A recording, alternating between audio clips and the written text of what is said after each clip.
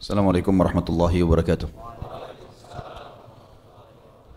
Alhamdulillah, tidak henti-hentinya kita panjatkan puja dan puji kita kehadirat Allah, Zat yang maha kuat, maha adil, maha bijaksana, maha melihat, maha mendengar, maha mengetahui segala sesuatu yang gaib dan yang zahir, tidak beranak dan tidak diperanakkan, satu-satunya pencipta, pemilik, penguasa, penyiap segala kebutuhan di alam semesta ini dan juga yang akan memusnahkannya. Dia telah menggantungkan segala kebutuhan kita dengan kalimat mulia Alhamdulillah. Maka sangat wajar kalau kita selalu mengucapkan kalimat ini. Juga kita panjatkan salam hormat kita kepada manusia terbaik yang telah diperintahkan oleh Sang Pencipta untuk dijadikan sebagai suri tauladan. Menciplak hidupnya adalah ibadah. Makannya, minumnya, berpakaiannya, berumah tangga, berinteraksi dengan manusia, berhubungan dengan Sang Pencipta Allah. Sang Pencipta Allah telah memuliakan manusia terbaik ini karena ditutup risalah kenabian dan kerasulan dengannya, dan dia satu-satunya nabi dan rasul yang diutus untuk seluruh alam semesta. Sang Pencipta Allah bersama malaikatnya mengucapkan salam hormat kepada manusia terbaik ini, maka sangat wajar kalau kita selalu mengucapkan salawat dan taslim kepada Nabi besar Muhammad sallallahu ala alihi wa sahbihi wasallam.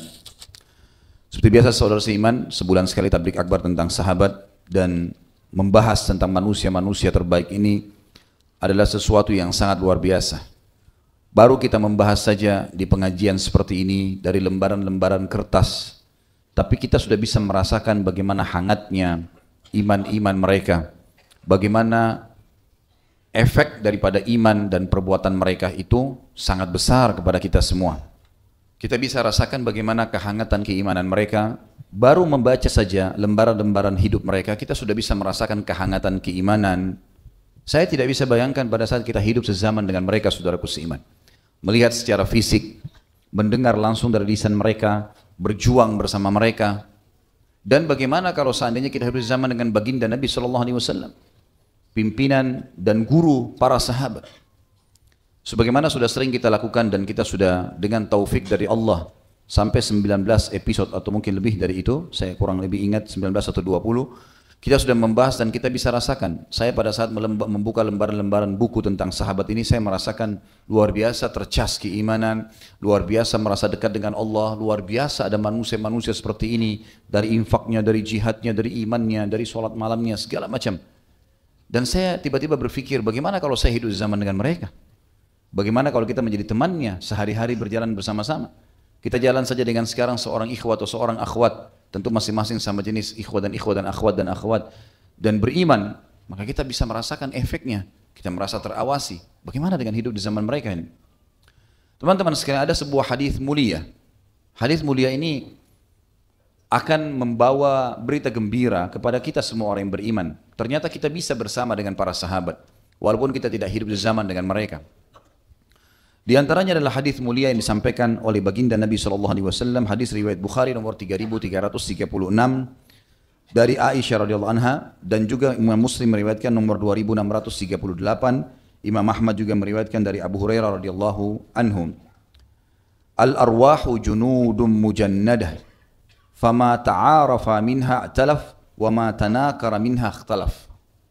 Ruh-ruh itu bagaikan bala tentara yang telah dipersiapkan dan diciptakan oleh Sang Pencipta Allah, yang saling mengenal satu sama yang lain karena keimanannya dan karena kekufurannya, karena ketaatan atau karena kemaksiatan. Artinya kalau memang dia taat kepada Allah, maka ruh mereka akan bersatu, merasa nyaman satu sama yang lain. Sebagian ulama hadis mengatakan mereka akan bersatu di dunia dan juga akan bersatu di akhirat kalau tidak sempat ketemu di dunia. Dan yang berselisih dengannya, maka pasti akan berpisah.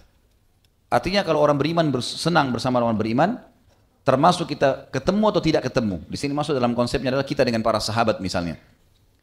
Atau ahli maksiat sama ahli maksiat. Ruhnya mereka bersatu. Merasa sejalan, ngobrol nyambung, nyaman duduk bersama-sama, keluar bersama-sama, partner bisnis dan segalanya.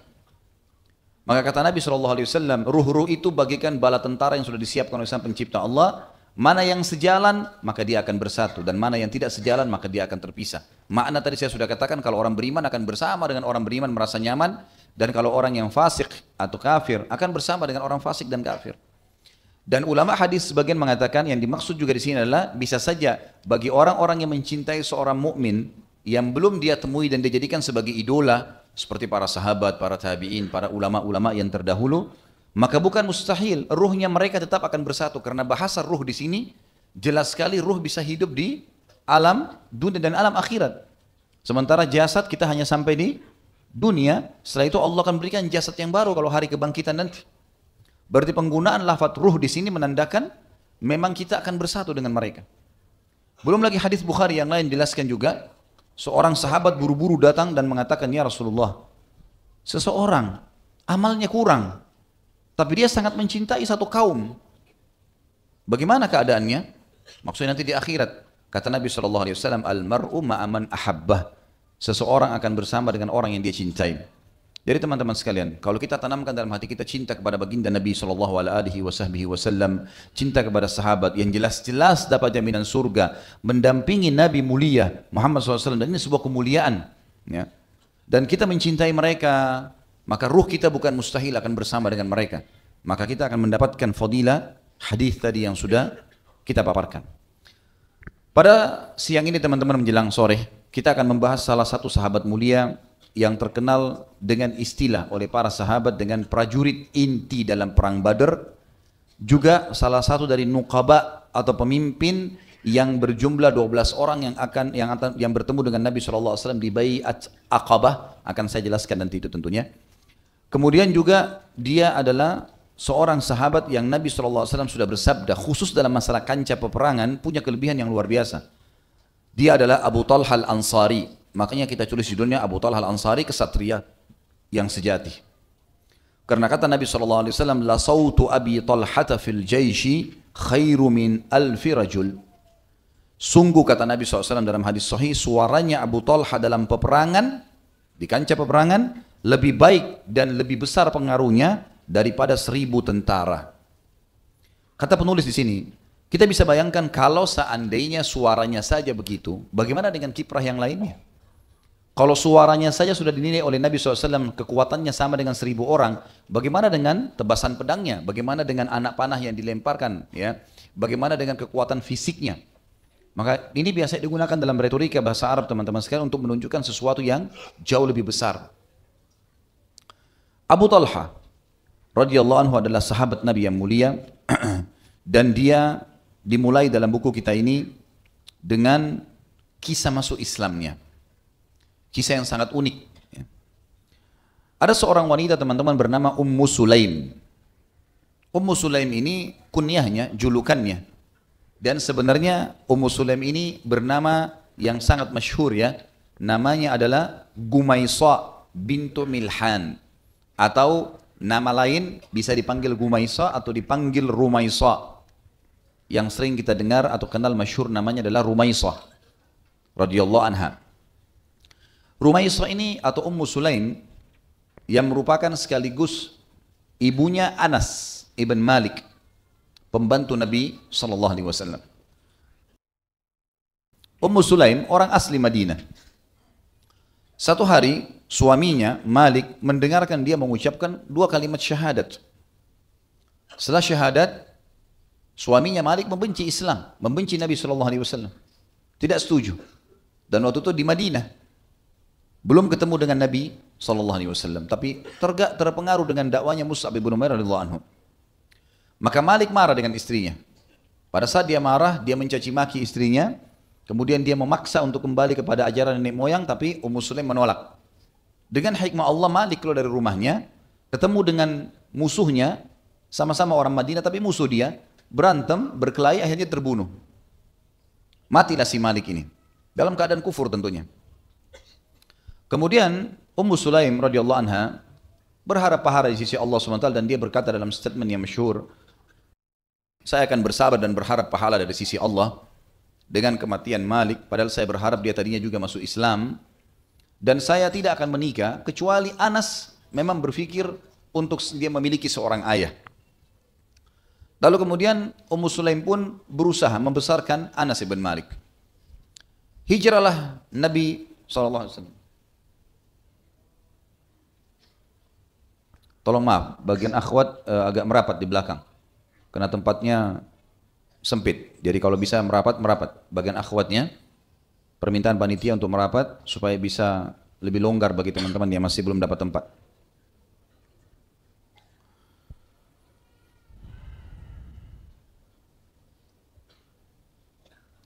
Ummu Sulaim membesarkan Anas bin Malik. Sebelum hijrah Nabi SAW ke Madinah, Abu Talha, salah satu pimpinan dari orang Ansar, orang Madinah, kaya raya, gagah, terkenal kuat secara fisik. Dia kagum melihat Ummu Sulaim yang waktu itu memang masih muda dan punya anak satu, Anas, dan terkenal Ummu Sulaim ini bukan seperti wanita umumnya, tidak pernah bertemu sama laki-laki, tidak interaksi, dan memang dia orangnya terkenal baik. Maka Abu Talha menawarkan diri, hai Ummu Sulaim, saya berminat untuk menikahimu. Maka Ummu Sulaim mengucapkan kalimat, wahai Abu Talha, sungguhnya saya seorang wanita muslimah dan tidak layak menikah dengan orang musyrik. Dan pada saat itu teman-teman sekalian, terkenal berita di Madinah kalau siapapun wanita dilamar oleh Abu Talha pasti diterima. Orangnya gagah, tinggi, putih, kaya, kuat secara fisik, banyak kelebihan. Melamar, dan pada saat itu sebagian riwayat menjelaskan Abu Talha belum menikah pada saat itu. Dan dia melamar seorang janda punya anak. Dia kaget pada saat Ummu Sulaim mengucapkan kalimat tadi. Abu Talha pulang berpikir, ada masalah apa sebenarnya? Kok bisa ada seorang wanita yang dia anggap pada saat itu janda, punya anak, kemudian menolak dia? Dia merasa dan yakin pada saat itu tidak mungkin ditolak. Lalu dia telusurin kembali beritanya. Apakah memang Ummu Sulaim ini layak saya ulangi lamaran saya? Ditelusuri lagi memang betul ditemukan betul-betul Ummu Sulaim tidak bertemu, tidak interaksi sama laki-laki, dan dia dapatkan informasi kalau Ummu Sulaim ini sudah masuk Islam. Abu Talha itu masih dalam keadaan kafir ya, masih nyembah berhala, dan dia terkenal di kalangan muslimin dan di kalangan orang-orang musyrik pun di Madinah pada saat itu, karena ini sebelum hijrah Nabi SAW ke Madinah. Adalah orang yang sangat baik, sangat salihah, dan terkenal juga punya kecantikan. Maka Abu Talha mengulangi lagi lamarannya dengan menjanjikan mahar lebih besar. Ternyata Ummu Sulaim mengulangi kalimat tapi lebih santun sekarang. Ummu Sulaim mengatakan dalam riwayat yang sahih, wahai Abu Sulaim, wahai Abu Talha, demi Allah orang sepertimu tidak layak atau tidak pantas untuk ditolak. Maksudnya kau punya kelebihan segala-galanya, tapi engkau adalah laki-laki kafir dalam pandangan Islam, dan aku adalah seorang wanita muslimah. Aku tidak boleh menikah denganmu dalam agama ini. Tapi jika engkau mau masuk Islam, maka aku akan jadikan Islammu itu sebagai mahar. Silakan, kau syahadat, nikahi saya. Dan saya tidak butuh apa-apa, saya cuma minta kamu syahadat, itu maharnya. Abu Talha bingung pada saat itu. Kok bisa sampai seperti ini wanita, sampai dia mau menerima lamaran. Dan pada saat itu terkenal sekali sebelum masuk Islam Madinah, sebelum Nabi SAW hijrah, artinya belum Islam merata dan belum hijrah Nabi SAW, terkenal Madinah dengan mahar yang sangat tinggi. Dan umumnya wanita suka menerima mahar yang tinggi. Ini kok kenapa ada wanita tidak mau terima mahar? Jadi bertanya-tanya Abu Talha. Kemudian akhirnya dia mengatakan kepada Ummu Sulaim, baiklah, saya ingin mengikuti agama ini, tapi saya ingin tahu siapa yang akan pandu saya. Maka kata Ummu Sulaim, lebih baik Nabi SAW. Siapa itu Nabi? Ditanya, dijelaskan Nabi Muhammad SAW, penduduk Mekah dari Quraisy, dijelaskan semua oleh Ummu Sulaim. Maka dia mengatakan, baiklah kalau begitu. Maka pergilah pada saat itu Abu Talha ke Mekah bersama dengan utusan beberapa orang Ansar, dikenal dengan Nuqaba, gitu kan? Utusan Ansar. Bertemu dengan Nabi SAW di musim haji yang dikenal dengan Bai'at Aqabah. Bai'at berarti perjanjian setia. Dan Aqabah adalah nama tempat lontaran di Mina. Ada lontar Aqabah ya, yang biasa dilakukan pada hari pertama, hari Tahnahar, hari Idul Adha. Kemudian nanti ada yang wusta dan ada yang sugur, tapi Aqabah yang sangat terkenal. Biasanya juga dikatakan tempat lontaran besar, sedang dan kecil, tapi ini adalah lontaran besar, namanya Aqabah. Nabi SAW di musim haji sering mendakwahi orang-orang untuk masuk Islam. Maka datanglah utusan-utusan Ansar lalu mengucapkan syahadat di hadapan Nabi SAW, termasuk Abu Talha. Termasuk Abu Talha radhiyallahu anhu mengucapkan syahadat setelah dia tanya banyak tentang Nabi SAW, kemudian dia masuk Islam. Lalu kemudian dia kembali ke Madinah. Dan dia mengatakan, wahai Ummu Sulaim, sesungguhnya aku sudah mengikuti agama Muhammad dan asyhadu an la ilaha illallah wa anna Muhammadar Rasulullah. Sempat Nabi SAW pada saat melihat Abu Talha datang dari Madinah, beliau mengatakan, Ja'akum Abu Talha wa gurratul Islam baina ainai. Dan ini hadis disebutkan oleh At-Tayalisi dalam musnadnya. Abu Talha telah datang kepada kalian sedangkan cahaya Islam ada di antara dua matanya. Kemudian pada saat itu Thabit, perawi hadis, waktu melihat pernikahan Ummu Sulaim dan Abu Talha terjadi di Madinah dan dihadiri hampir seluruh masyarakat Madinah, karena Abu Talha termasuk orang kaya dan punya kedudukan. Dihadirilah pernikahan ini oleh hampir semua orang pada saat itu. Dan Thabit radhiyallahu anhu, sahabat Nabi Muhammad, berkata dari Anas adalah anaknya Ummu Sulaim, berkata, kami tidak mendengar mahar yang lebih mulia daripada maharnya Ummu Sulaim, yaitu Islam. Dan gara-gara perilaku Ummu Sulaim ini atau Rumaisa atau Gumaisa radhiyallahu anha, maka Nabi SAW didapat atau diberikan berita gembira bahwasanya Ummu Sulaim masuk surga. Gara-gara kasus tadi, dia menjadikan Islam suaminya atau calon suaminya sebagai mahar. Nabi SAW bersabda di dalam hadis yang sahih, dan hadis ini diriwayatkan Imam Muslim nomor 2456 dan Ahmad juga meriwayatkan dan Nasai rahimahumullah meriwayatkan semua hadis ini. Kata Nabi SAW, dakhaltul jannata fasami'tu khashfatan baina yadayya faqultu ma hadhil khashfa faqila al-Gumaisa'u bintu Milhan. Aku masuk surga lalu aku mendengar suara langkah kaki di depanku. Maka aku berkata, sungguh langkah kaki siapa ini? Jadi di surga kita sudah pernah dengar riwayat kalau Nabi SAW mendengar langkah atau suara sendalnya, terompa sendalnya Bilal radhiyallahu anhu. Tapi ini juga ada hadis yang meriwayatkan kalau Nabi SAW mendengar suara sendal atau langkah kaki seorang wanita di surga. Lalu beliau bertanya kepada Jibril, suara langkah kaki siapa ini? Kata Jibril, dia adalah Al-Gumaisa bintu Milhan. Dan Al-Gumaisa atau Ar-Rumaisa adalah Ummu Sulaim. Saya sempat bertanya langsung dengan guru kami tentunya, Dr. Saleh Suhaimi. Saya telepon beliau dan saya nanyakan, Al-Gumaisa ini apakah memang beliau juga Ar-Rumaisa? Maka beliau mengatakan iya. Makanya saya sampaikan tadi kalau ini adalah namanya juga Rumaisa yang sering kita dengar dengan istilah ini. Teman-teman sekalian, pada saat setelah dia masuk Islam, maka mulailah Abu Talha mendalami Islam lebih dalam, dan dia termasuk utusan Ansar yang kedua kali datang. Baiat Aqabah pertama tadi sudah, dia syahadat. Baiat Aqabah yang kedua dia datang lagi bersama Ummu Sulaim sekarang, bersama istrinya. Dan akhirnya Nabi SAW minta pada saat itu baiat. Dan salah satu dari Ansar, Ubadah bin Samit, Sa'ad ibn Ubadah radhiyallahu anhu berkata, ya Rasulullah, kami sudah masuk Islam nih, di baiat Aqabah yang kedua. Kami minta syarat, apa syaratnya? Kata Nabi SAW, syaratnya kalian syahadat.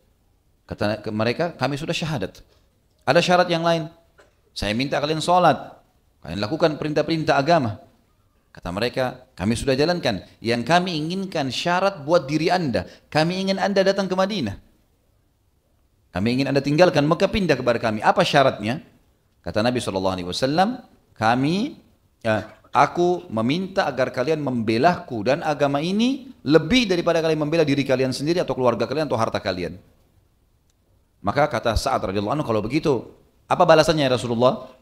Kata Nabi SAW, surga. Kata Sa'ad, kami setuju. Tiba-tiba pada saat itu ada suara keras di Mina, di atas gunung. Mereka ada satu orang teriak mengatakan, sungguh orang-orang bodoh telah berkumpul di sekitar Muzammam atau Muzammim. Ini julukan untuk Nabi SAW mereka berikan. Tentu dia tidak baik ya. Dan mereka sudah sepakat untuk memerangi kalian. Maka pada saat itu Abu Talha dan Sa'ad ibn Ubadah berdiri serentak. Lalu mengatakan, ya Rasulullah, kalau anda mau kami buktikan sekarang. Haruskan pedang, sekarang kami bela anda. Bukan cuma pada saat hijrah ke Madinah, di sini juga kami siap. Maka kata Nabi SAW, bubarlah. Jangan, belum saatnya, belum diperintahkan. Maka pada saat itu pun mereka bubar dan akhirnya mereka pulang ke Madinah. Ada sebuah kisah unik dalam kehidupan rumah tangga Abu Talha dengan Ummu Sulaim yang diangkat dalam banyak riwayat yang sahih. Dan saya yakin teman-teman mungkin sudah tahu kisah ini ya, karena pernah saya sampaikan, mungkin teman-teman juga pernah dengar dari para asatidz dan duat kita. Tapi saya sebutkan karena memang di buku kita disebutkan dan perlu disampaikan karena ini berhubungan memang dengan kisah orang yang sedang kita bahas. Abu Talha dikaruniai anak dari Ummu Sulaim. Kalau Anas tadi dari suami pertama, ini dari Abu Talha dapat anak. Anak ini laki-laki, tampan, badannya sehat. Satu hari, setelah beberapa hari dia lahir, anak ini sakit keras. Lalu kemudian Abu Talha bingung. Karena dia merasa ini anak pertamanya. Dia bangga dengan ini. Maka pada saat itu saudaraku seiman, dia terus menjaga anak ini. Dia cuma keluar sholat, dia kembali lagi. Pas menjelang maghrib, kata Abu Talha, wahai Ummu Sulaim, saya akan pergi gitu kan, ke masjid, duduk bersama Nabi SAW sampai menjelang Isya, lalu saya balik. Tolong jaga baik-baik anak ini. Dia bilang baiklah. Baru keluar rumah Abu Talha, anaknya mati. Anaknya meninggal dunia. Lalu Ummu Sulaim berkata kepada Anas, anaknya, dan orang-orang ada di rumahnya, ada beberapa orang pembantunya di rumah, dia mengatakan, saya memohon dan meminta kepada kalian jangan ada yang sampaikan ke Abu Talha tentang keadaan anaknya sampai saya sendiri ceritakan. Kata mereka baiklah. Lalu kata Anas radhiyallahu anhu, saya menyaksikan ibu saya dandan yang belum pernah dandan sebelumnya secantik itu. Dengan sangat cantik, sangat wangi, rumah dibersihkan, lalu dia masak masakan yang sangat enak. Sambil menunggu Abu Talha balik. Sambil menunggu Abu Talha balik. Habis Isya Abu Talha balik. Ummu Sulaim yang merupakan ibunya anak itu, biasanya ibu-ibu perempuan lebih banyak terkena perasaan. Tapi lihat bagaimana dia melakukan ini karena keimanannya. Maka Ummu Sulaim radhiyallahu anha langsung menyambut istri suami depan pintu, diajak ke tempat makan, makan sampai kenyang, lalu kemudian dia menggoda suaminya, lalu kemudian terjadi hubungan biologis. Setelah selesai, Abu Talha sudah kenyang, kemudian juga syahwatnya sudah terpenuhi, jiwanya sudah merasa tenang, baru kemudian Ummu Sulaim bertanya, wahai Abu Talha, bagaimana menurut kamu kalau seandainya ada tetangga minjamin kita sesuatu, lalu dia minta kembali. Ada orang pinjamin sesuatu lalu dia minta, dia pemiliknya. Kita tahan atau kita kembalikan? Kata Abu Talha, demi Allah harus dikembalikan. Haknya orang. Gitu. Lalu kata Ummu Sulaim, kalau begitu berharaplah pahala dari Allah karena anakmu sudah diambil oleh pemiliknya, oleh Allah. Abu Talha tiba-tiba marah. Lalu mengatakan, hai Ummu Sulaim, bagaimana bisa kau membiarkan saya makan sampai kenyang, kau membiarkan saya menikmati tubuhmu, lalu kemudian kau tidak menyampaikan tentang kematian anakku? Aku akan laporkan kepada Nabi SAW. Maka Ummu Sulaim tidak marah, tidak apa, pakai pakaiannya ikut dengan suaminya ke masjid, melapor kepada Nabi SAW. Lalu Nabi SAW tersenyum, lalu kemudian beliau mengatakan, apakah kalian sempat berhubungan malam ini, tadi ini? Kata Abu Talha, iya ya Rasulullah. Kata Nabi SAW, semoga Allah berkahi. Dan dari doa Nabi SAW ini, akhirnya Allah Subhanahu Wa Taala membuat Ummu Sulaim hamil dan akhirnya melahirkan anak. Dalam sebuah riwayat disebutkan adalah anak laki-laki dan diberi nama Abdullah. Hadis ini riwayatkan Imam Muslim nomor 2144. Dikatakan bahwasanya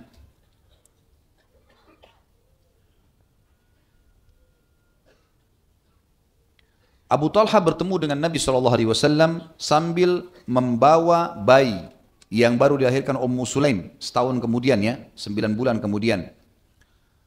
Lalu kemudian kata Abu Talha, aku meletakkan, Anas bin Malik meriwayatkan. Anas bin Malik mengatakan, aku membawa adikku yang baru lahir dari ayahku Abu Talha, dari suami ibuku Abu Talha. Dan aku membawa dan meletakkan adikku di pangkuan Nabi SAW. Lalu Nabi SAW meminta 1 biji kurma ajwa Madinah, kemudian beliau mengunyahnya, atau namanya biasanya tahnik, dalam mulutnya sampai lembut, lalu beliau memasukkan ke dalam mulut bayi tersebut, dan bayi tersebut lalu kemudian mengisapnya. Maka Rasulullah SAW bersabda, lihatlah bagaimana orang-orang Ansar sangat menyukai kurma. Lalu beliau mengusap kepala bayi tersebut dan memberikan nama Abdullah. Seorang laki-laki Ansar berkata, aku melihat Abdullah ini mempunyai 9 orang anak. Seluruhnya hafal Al-Quran karena berkah daripada perbuatan Ummu Sulaim. Jadi ini sebuah kejadian dalam rumah tangga mereka. Nanti kan kita ambil pelajaran tentunya. Kita sekarang masuk teman-teman sekalian pengalaman Abu Talha dalam peperangan. Abu Talha adalah seorang laki-laki yang sangat terkenal memiliki suara yang keras. Suara yang keras di sini bukan berarti negatif ya. Kecuali orang menggunakannya untuk teriak-teriak gitu. Tetapi yang dimaksud di sini teman-teman sekalian adalah suara yang keras di kancah peperangan, dan ini sangat dibutuhkan. Di zaman dulu tidak ada pengeras suara, maka sangat dibutuhkan. Dan memang orang-orang yang punya suara keras biasanya mereka diletakkan di 4 titik ya pasukan, di bagian depan kanan, kiri depan, belakang kanan dan belakang kiri. Nanti mereka akan mengeraskan suara, baik dalam membaca Al-Quran, baik dalam menyampaikan instruksi-instruksi, dan suara mereka bisa sampai ke seluruh pasukan, karena kerasnya. Dan itulah yang disebabkan sabda Nabi SAW keluar tadi, La sautu Abi Talha fil jaishi khairu min alfi rajul. Sesungguhnya suara Abu Talha dalam pasukan lebih baik daripada 1000 tentara. Dalam riwayat lain kata Nabi SAW, La sautu Abi Talha fil jaishi khairu min fi'ah. Sesungguhnya suaranya Abu Talha dalam pasukan lebih baik daripada sekelompok pasukan. Jadi beberapa kelompok pasukan, Abu Talha lebih baik walaupun dia sendiri. Di perang Badar, beliau menjadi salah satu pasukan inti Nabi SAW di depan yang mengeraskan suaranya untuk memotivasi para sahabat. Dan memang suaranya berhasil memotivasi para sahabat dengan syair-syair yang masyhur yang dia sebutkan untuk memotivasi para sahabat. Tapi yang mengukir sejarah yang tidak terlupakan adalah kehadiran Abu Talha di dua peperangan bersama Nabi SAW, di perang Uhud dan di perang Hunain. Di perang Uhud teman-teman sekalian, pada saat 50 pemanah Nabi SAW, 43 orang akhirnya turun dari bukit, kemudian mereka dibunuh oleh pasukan Khalid bin Walid, masuk dalam bergabung dengan pasukan muslimin, lalu kemudian mereka sibuk dengan harta ghanimah, lalu pasukan Khalid bin Walid membunuh 7 orang di atas bukit pemanah, lalu kemudian manuver dan membunuh lagi banyak pasukan muslimin, sempat muslimin terdesak. Dan Nabi SAW sempat jatuh di salah satu lubang yang dibuat oleh orang-orang munafikin di Madinah, di sekitar lokasi Uhud, dan Nabi SAW sempat dipukul pundaknya dengan pedang oleh Ibnu Kami'ah. Kemudian beliau mengatakan, saya merasakan sakitnya sampai sebulan, kening beliau sempat berdarah, gigi beliau sempat pecah, dan seterusnya ya. Pipi beliau sempat tertancap dengan besi, yang memang ada di topi besi beliau, ada rantainya, itu tempat tertancap di pipi Nabi SAW. Pada saat itu, muslimin sangat terdesak. Dan ada dua orang yang punya pengaruh sangat besar sekali di sini. Yang pertama Abu Talha dan yang kedua Talha bin Ubaidillah. Abu Talha terkenal sekali. Apa yang dia lakukan? Dia begitu melihat Nabi SAW terdesak, jatuh di lubang, maka dia datang dan menarik Nabi SAW untuk keluar. Kemudian beliau menutup badan Nabi SAW dengan badannya, menghadap ke musuh. Lalu kemudian Abu Talha mengatakan, Ya Rasulullah, lindungilah, jadikanlah tubuhku sebagai tameng buat anda. Abu Talha terkenal pemanah yang ulung. Maka Nabi SAW mengatakan, baiklah, kalau begitu saya akan lihat ke musuh, kamu yang memanah. Setiap ada muslim yang lewat, bawa kotak busur panah, dikatakan Nabi SAW berikan kepada saya. Lalu kemudian disuruh berikan kepada Abu Talha. Dan Abu Talha pun akhirnya memanah ke arah musuh. Setiap satu panah membunuh satu musuh kafir. Pada saat itu, padahal jaraknya sangat jauh. Kata Abu Talha, sampai-sampai saya sempat melepaskan panah yang tidak ada kepalanya, kayu saja, tapi membunuh orang kafir. Dengan kuasa Allah pada saat itu. Dan Nabi SAW mengatakan, lepaskan Abu Talha, lepaskan Abu Talha. Terus saja begitu sampai akhirnya Abu Talha sempat mematahkan 2-3 busur. Busur jarang sekali patah, tapi sampai patah saking kuatnya tarikan Abu Talha. Gitu kan. Kemudian Abu Talha mengatakan, wahai Nabi Allah, aku korbankan ayah dan ibuku demi dirimu. Jangan melongo ke musuh, jangan sampai lihat ke arah musuh terlalu jauh. Karena Abu Talha duduk memanah, Nabi SAW di belakang Abu Talha. Aku khawatir anak panah akan mengenaimu, biarkan leherku yang menjadi pelindung bagi lehermu ya Rasulullah. Anas bin Malik juga berkisah pada saat itu terjadi peperangan dan kacaunya, kocar-kacirnya pasukan muslimin. Sempat aku melihat Aisyah dan Ummu Sulaim, ibunya sendiri, menyingsingkan kain mereka sehingga aku melihat gelang kaki mereka karena membawa air. Keduanya mengapit kantong air di pinggang lalu memberi minum pasukan. Keduanya mondar-mandir melakukan itu. Dan sempat pada saat itu pedang aku lihat jatuh dari tangan Abu Talha 2-3 kali. Karena memang menghadapi musuh. Ya. Kemudian juga Anas bin Malik meriwayatkan dalam riwayat yang lain, Abu Talha berlindung bersama Nabi SAW di balik satu tameng. Abu Talha adalah pemanah yang ahli. Jika Abu Talha melepaskan anak panah, Nabi SAW melihat sasaran anak panahnya. Dan kemudian Nabi SAW mendoakan agar anak panahnya kena pada sasaran. Juga Abu Talha menyebutkan kalimat yang terukir dalam buku-buku sejarah, serta para sahabat mengatakan kami berharap kami yang mengucapkan kalimat itu. Dan beliau mengucapkan di masa lagi genting. Nabi SAW sendirian pada saat itu dan musuh menyerang dari semua sisi. Dia mengatakan, aku korbankan nyawaku demi melindungi nyawamu wahai Rasulullah. Aku korbankan wajahku demi melindungi wajahmu. Maka akhirnya terukirlah sejarah pada saat itu Abu Talha adalah pahlawan dan kesatria Nabi SAW di Uhud. Dan di perang Hunain juga beliau punya peran. Walaupun Abu Talha mengikuti semua peperangan Nabi SAW. Anas bin Malik meriwayatkan bahwasanya di perang Hunain Nabi SAW bersabda, Man qatala qatilan falahu salbu. Barang siapa yang membunuh seseorang di kancah peperangan karena dia duel, maka dia akan mendapatkan harta rampasan perang darinya. Dan ini sudah pernah saya jelaskan di bab jihad, kalau seseorang duel melawan satu lawan satu, maka berarti hasilnya akan pedangnya, perisainya musuh itu akan diberikan kepada dia. Tapi kalau seandainya peperangan sedang terjadi, maka tidak akan diberikan kepada individu kecuali memang diberikan dulu kepada pasukan panglima perang, baru kemudian dibagi rata. Abu Talha pada saat itu saking kuatnya, dia sempat membunuh duel dengan 20 orang kafir. Dan akhirnya dia mendapatkan semua ganimahnya. Disebutkan dalam riwayat yang lain, bahwasanya Abu Talha menghadapi satu persatu musuh. Lalu kemudian dia pun mengalahkan satu persatu sementara orang sudah merasa letih. Sementara dia bisa mengalahkan musuh-musuh tersebut. Maka Rasulullah SAW memberikan kepadanya seluruh salb atau ganimah dari orang-orang ini. Poin yang lain teman-teman sekalian adalah bagaimana infaknya Abu Talha di jalan Allah Subhanahu wa taala, dan Abu Talha dia termasuk orang Ansar yang kaya raya. Sebagian ulama mengatakan setelah Sa'ad ibn Mu'adz, ya, dan Sa'ad ibn Ubadah yang terkenal dengan kekayaannya, maka Abu Talha adalah orang yang ketiga terkaya di Madinah. Dia memiliki harta yang sangat banyak, terutama berupa kebun kurma. Ada satu wilayah di Madinah terkenal dengan tanah yang sangat subur, dan di situ ada kebun-kebun orang-orang yang kaya raya. Abu Talha memiliki sebuah kebun yang di wilayah Bayruha namanya. Nama sebidang kebun yang memang dinamakan dengan nama wilayah itu, yang semua penduduk Madinah berharap itu bisa jadi kebunnya karena bagusnya hasilnya, pohonnya subur, kemudian hasilnya banyak, ya. Maka Abu Talha pun mendengar ayat Al-Quran pada saat itu turun. Surah Al-Imran ayat 92 kepada Nabi SAW yang bunyinya, A'udzubillahi minasyaitonirrajim, lan tanalul birra hatta tunfiqu mimma tuhibbun. Kalian tidak akan pernah memperoleh kebajikan sebelum kalian menginfakkan sebagian harta yang kalian cintai. Maka Abu Talha datang kepada Nabi SAW dan berkata, ya Rasulullah, sesungguhnya Allah telah berfirman, lan tanalul birra hatta tunfiqu mimma tuhibbun. Kalian tidak akan bisa mendapatkan kesempurnaan balasan pahala sampai kalian menginfakkan apa yang paling kalian cintai. Harta yang paling aku cintai adalah Bayruha. Maka aku ingin mensedekahkan kepada Allah, di jalan Allah. Lihatlah ya Rasulullah, saya harus arahkan kemana nih? Saya wakafkan, saya berikan kepada anda, bagikan kepada kerabat, bagikan kepada muslimin. Apa yang saya harus lakukan? Maka kata Nabi SAW, bakhin, dzalika malun rabih, dzalika malun rabih. Wa qad sami'tu ma qulta wa inni ara an taj'alaha fil aqrabin. Mengagumkan sekali, bagus sekali apa yang kau lakukan. Itu adalah harta yang pasti akan menguntungkanmu di dunia dan di akhirat. Itu adalah harta yang pasti menguntungkanmu di dunia dan di akhirat. 2 kali disebutkan oleh Nabi SAW, lalu dikatakan, dan aku telah mendengarkan apa yang kau ucapkan. Nanti aku jadi saksi dan aku melihat engkau membagikan kepada kaum kerabatmu.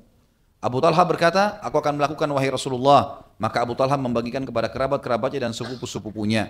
Dan ini nanti kita akan ambil pelajaran tentang fadilahnya dan bagaimana orang berinfak dan Allah akan balas sesuai dengan niatnya. Makin bagus, makin dicintai sesuatu yang kita korbankan, maka makin besar pahalanya di sisi Allah Subhanahu wa taala. Jadi kalau kita mau berinfak teman-teman, mau memberikan makanan atau apa saja, jangan kita berikan makanan atau uang ataupun materi karena kita sudah tidak perlu.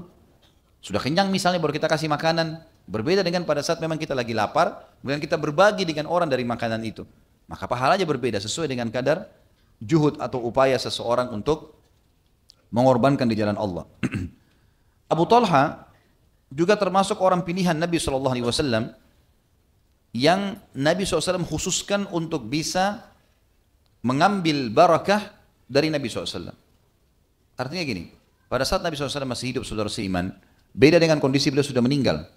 Waktu beliau masih hidup, boleh seseorang mengambil berkah dari beliau. Seperti kasus misalnya, bekas minum Nabi SAW diminum oleh para sahabat. Bekas air wudu diambil oleh para sahabat. Gitu kan? Keringat Nabi SAW diambil, dijadikan minyak wangi oleh para sahabat. Bahkan Nabi SAW pernah mengizinkan sahabat untuk mengambil rambut beliau. Di antaranya adalah kasus yang terjadi pada Abu Talha. Disebutkan dari Anas bin Malik, anak Ummu Sulaim yang merupakan anak istri daripada Abu Talha, bahwa Rasulullah SAW pada saat lagi haji sempat melempar jumrah Aqabah. Kemudian beliau mendatangi unta-unta dan menyembelihnya. Jadi kalau orang haji teman-teman sekalian, tanggal 8 Zulhijjah dikenal dengan hari Tarwiyah, mereka pergi ke Mina pakai baju ihram, sholatnya duhur asar di jamak qasr takdim, kemudian sampai maghrib, maghrib isya jamak qasar takdim, kemudian mereka paginya tanggal 9 menuju ke Arafah. Tinggal sampai terbenam matahari, duhur asar di jamak takdim juga, jamak qasar takdim, isyaknya mereka pergi maghrib isya mereka takhirkan di Muzdalifah. Besok pagi, hari raya Idul Adha, hari nahar, kaum jemaah haji atau para jemaah haji boleh membuka ihram, tapi tapi syaratnya harus mengerjakan salah satu dari 3 hal. Walaupun 3-tiganya wajib dilakukan. Tapi boleh, salah satunya sudah boleh tahallul, cukur rambut, dan kemudian mereka pakai baju biasa. Yang pertama jumrah Aqabah, melontar pada saat itu. Dan saya selalu ingatkan, jangan bilang melontar syaitan, karena nggak ada syaitan di situ, itu simbolik saja. Kemudian yang kedua adalah berkurban, dan yang ketiga adalah tawaf ifadah. Hanya saja kalau suami istri, itu harus tawaf ifadah dulu baru boleh berhubungan. Walaupun mereka sudah tahallul, mereka belum boleh berhubungan sampai mereka mengerjakan tawaf ifadah. Nabi SAW pada saat di musim haji, ya, sempat lempar jumrah di hari nahar, tanggal 10 Zulhijjah, lalu kemudian beliau menyembelih unta-unta kurbannya, kemudian beliau memanggil tukang bekam yang sedang duduk di situ, lalu beliau memberi isyarat kepadanya agar mencukur rambut beliau. Jadi tukang bekam biasanya ahli mencukur juga, karena mereka biasanya mencukur rambut baru membekam. Maka Nabi SAW suruh mencukur bagian sisi kanan kepala beliau SAW. Lalu kemudian ada sahabat-sahabat yang mengambil rambut-rambut Nabi SAW dan Nabi biarkan. Mereka ambil dan mereka simpan, gitu kan? Ini yang saya bilang tadi, bolehnya mengambil itu, ya. Lalu kemudian Nabi SAW berkata kepada tukang cukur tadi, cukurlah sisi yang lain, sisi kiri. Kemudian semua rambutnya Nabi SAW sisi kiri beliau tampung, dan beliau berkata kepada para sahabat, di mana Abu Talha? Lalu datanglah Abu Talha dan Nabi SAW memberikan itu kepadanya. Dan ini diriwayatkan Imam Muslim nomor 1305, Tirmidzi nomor 73 dalam Kitabul Hajj, dan Abu Daud sebutkan nomor 1981. Sebagian ulama hadis ada yang mengatakan ini bukan masuk dalam bab tabarruk, bukan mengambil berkah, tapi memang masuknya dalam masalah baginda Nabi SAW menyuruh sahabat-sahabat tertentu untuk berkhidmah dengan beliau. Jadi seperti misalnya Abdullah bin Mas'ud pada saat kita bahas pertemuan kita yang sebelumnya, bagaimana beliau khusus untuk menyiapkan air wudhu Nabi SAW dan juga sendal Nabi beserta siwak, gitu kan? Itu kerjanya Abdullah bin Mas'ud. Ada sahabat Nabi yang khusus mengurus kuda Nabi SAW, ada yang mengurus unta Nabi SAW, ada yang mengurus jalan yang akan dilewati oleh Nabi SAW, ada yang menaungi Nabi SAW kalau lagi panas, ada yang khusus mengambil minuman Nabi SAW, setiap kali Nabi minum selalu dia menyiapkan, dan seterusnya. Sebagian ulama mengatakan Nabi SAW ingin rambutnya dibuang di satu tempat, maka beliau pun menyuruh para sahabat untuk mengambilnya dan sengaja membagi-bagi, gitu kan, untuk supaya para sahabat ini yang membuangnya sebagai sebuah fadilah khidmah dengan Nabi SAW. Ini pendapat yang lain yang mengatakan ini bukan masuk dalam bab tabarruk. Tapi sebagian ulama mengatakan ini adalah boleh dilakukan karena pada Nabi SAW, tapi hanya pada beliau saja. Abu Talha terkenal juga dengan ibadahnya, saudara seiman. Ini saya masih jelaskan dulu semua apa yang disebutkan dalam buku. Nanti kita akan masuk ke masalah apa yang kita bisa ambil fadilahnya dia, pelajaran-pelajaran, banyak sekali pelajaran yang kita ambil nanti. Abu Talha radhiyallahu anhu menjalani kehidupannya sebagai orang yang tekun ibadah, tidak pernah satu kali pun batal terlambat sholat malamnya, tidak pernah kehilangan jihad, dan juga tidak pernah berhenti dalam berpuasa. Bahkan beliau terkenal pada saat wafatnya Nabi SAW, maka beliau berpuasa selama 40 tahun tidak pernah berhenti sampai beliau meninggal. Dan dikatakan oleh Anas bin Malik, aku tidak melihat Abu Talha berbuka puasa dari puasa-puasa sunnah kecuali Idul Fitri dan Idul Adha karena beliau sakit. Dan ini bukan berarti sebagian ulama mengencikan, bukan berarti dia tiap hari puasa. Ada yang mengatakan dia Senin Kamis sama Ayyamul Bid tidak pernah lepas dan selalu beliau jaga. Ada yang mengatakan dia melakukan puasa Daud, sehari puasa tidak, dan itu selama 40 tahun berjalan setelah meninggal Nabi SAW. Dan Abu Talha tidak pernah berbuka puasa, baik itu dalam keadaan safar, kecuali kalau beliau sakit.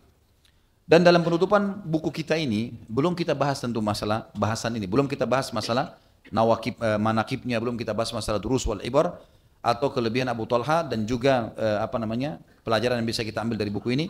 Tapi dalam lembaran terakhir di buku kita ini menjelaskan tentang masalah karamah Abu Talha setelah dia wafat.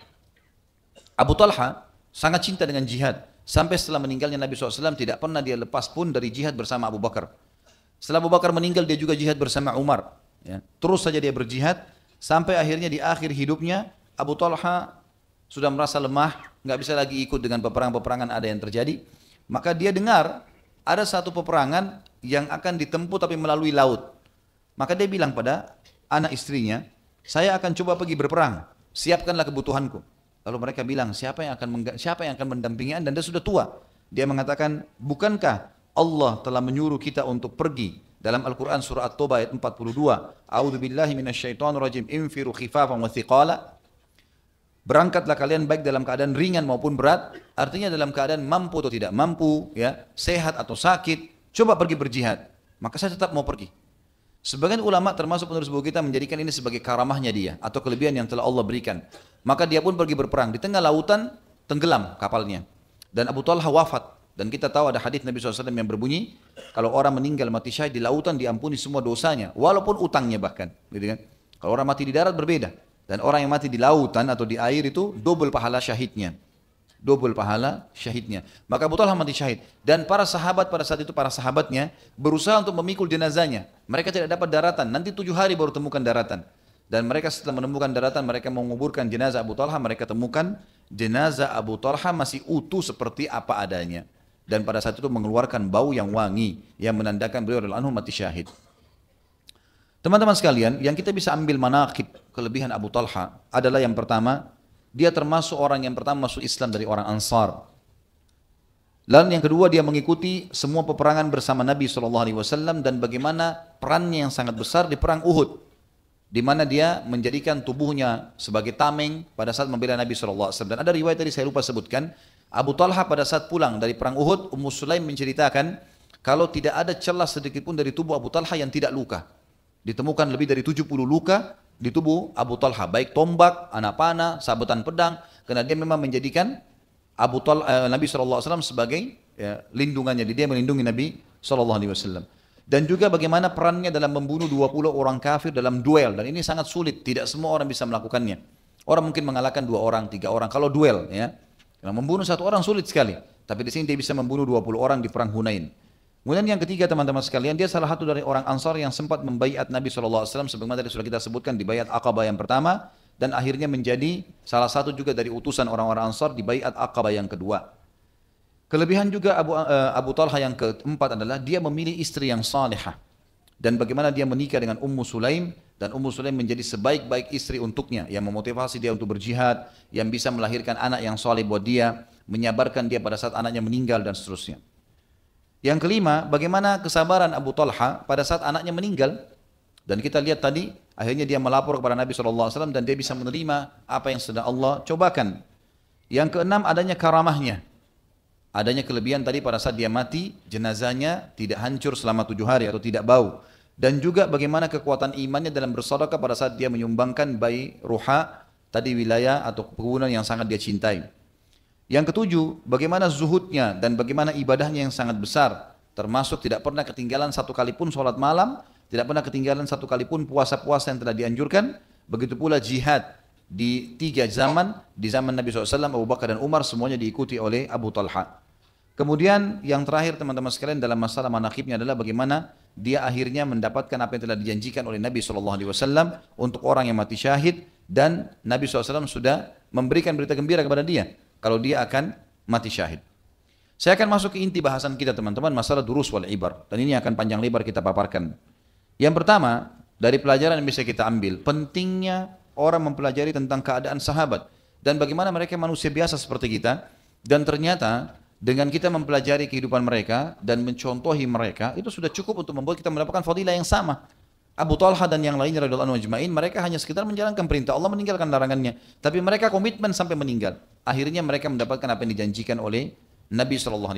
Dan semua ulama sunnah sepakat mengatakan, apapun yang dijanjikan kepada para sahabat yang sifatnya fadilah, penyebab masuk surga, itu bisa didapatkan oleh siapapun yang datang setelah mereka yang mengikuti langkah-langkah para sahabat ini. Yang kedua teman-teman sekalian, bagaimana pentingnya seseorang menikah dengan dan memilih wanita salihah sebagai istrinya. Dan kita lihat bagaimana perannya Ummu Sulaim dalam masalah ini. Bagaimana dia betul-betul bisa menjadi istri yang salihah walaupun dia janda. Dan saya sudah pernah bilang teman-teman, janda dan gadis bukan sebuah hal yang harus. Walaupun kalau bertemu antara janda sama gadis, maka gadis didahulukan. Tetapi bukan aib orang menikah dengan janda, apalagi kalau memang orang itu dasarnya salihah. Ummu Sulaim seorang janda, Abu Talha belum menikah, tapi dia menikah dengan Ummu Sulaim karena melihat kesolehannya dan memang betul apa yang didapatkan. Dan kata para ulama, pendidikan pertama bagi anak dari semua laki-laki muslim adalah bagaimana dia memilih istri yang salihah. Karena akan melahirkan anak-anaknya yang saleh, gitu kan?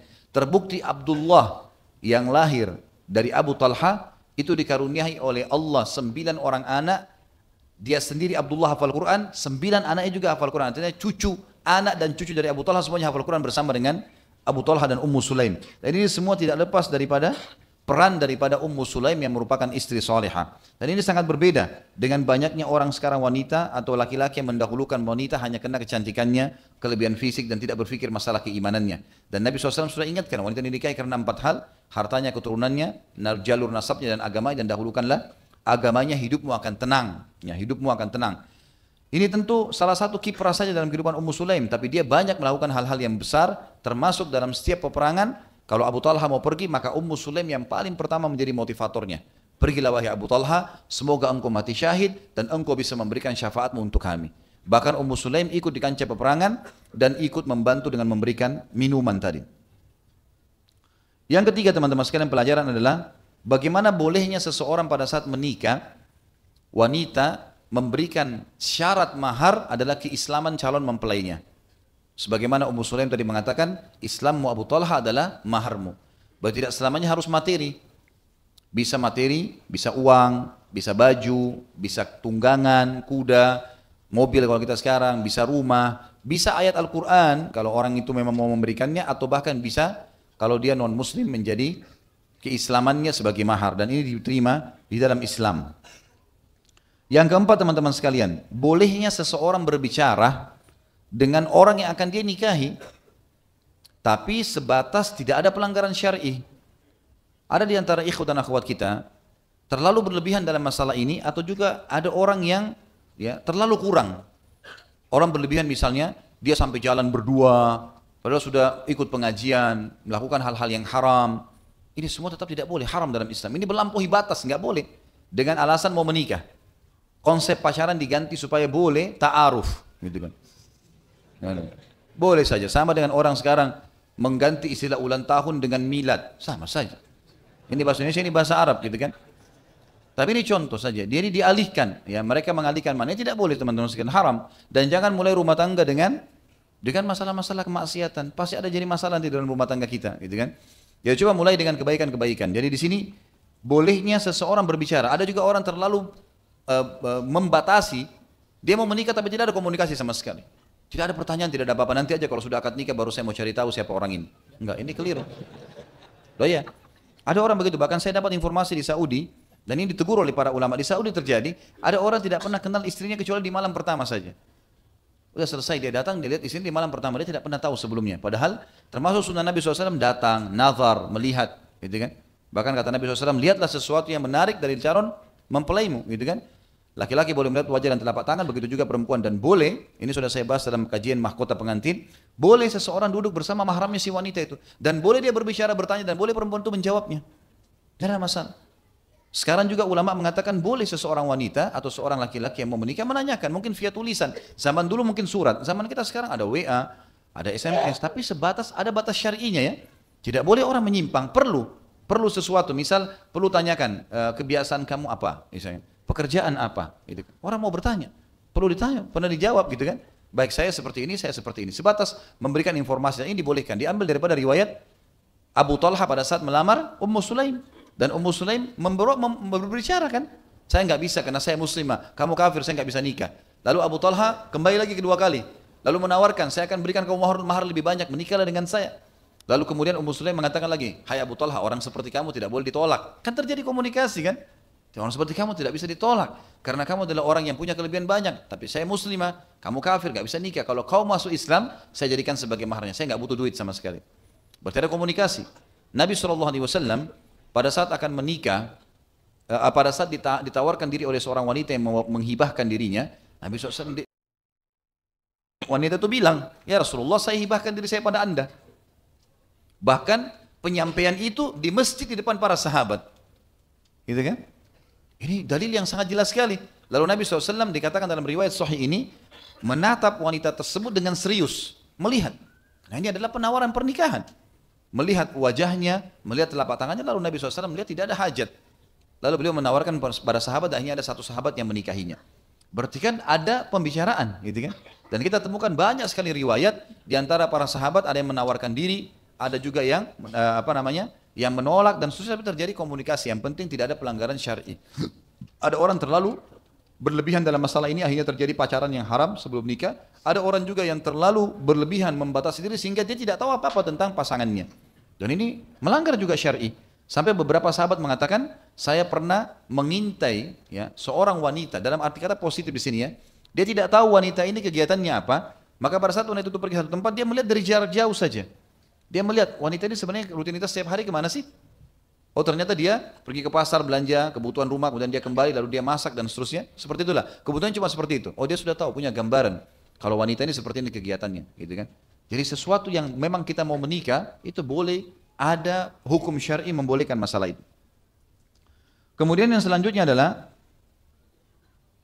yang kelima di sini, jaminan surga bagi Ummu Sulaim radhiyallahu anha hanya karena niat mau menarik Abu Talha agar masuk Islam. Dan bolehnya orang menikah dengan mu'allaf di sini. Bolehnya orang menikah dengan mu'allaf, dan ini perlu digarisbawahi juga. Jadi jangan disalahkan kalau seorang muslimah menikah dengan laki-laki kafir yang masuk Islam. Cuma saja perlu digarisbawahi satu hal teman-teman sekalian. Kalau ada muslim dan muslimah, nah kita harus dahulukan muslim dan muslimah yang sudah pasti-pasti dalam keadaan Islam. Karena kalau la qaddarallah, semoga Allah tidak takdirkan, terjadi perceraian, minimal anak-anak tidak ikut murtad, gitu kan. Tapi kalau seseorang merasa dirinya bisa memandu dan dia lihat orang ini memang betul-betul ikhlas mau masuk Islam, dia mau cari pahala, silahkan saja, tidak ada masalah. Dan ini dibolehkan dalam syariat. Makanya di sini Nabi SAW tidak pungkiri sama sekali perilaku Ummu Sulaim. Sementara Ummu Sulaim adalah termasuk sahabiat yang sangat dekat dengan Nabi SAW. Hampir tiap hari Ummu Sulaim di rumah Nabi SAW, di rumah Aisyah. Dan kita sudah tahu tadi anaknya Anas bin Malik jadikan pembantu Nabi SAW selama 10 tahun.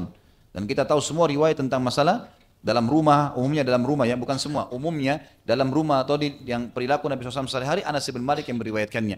Dan ini menandakan kedekatan Ummu Sulaim dengan Nabi SAW.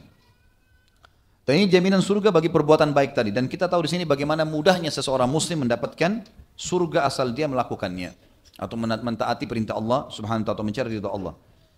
Yang keenam teman-teman sekalian adalah fadilah sabar.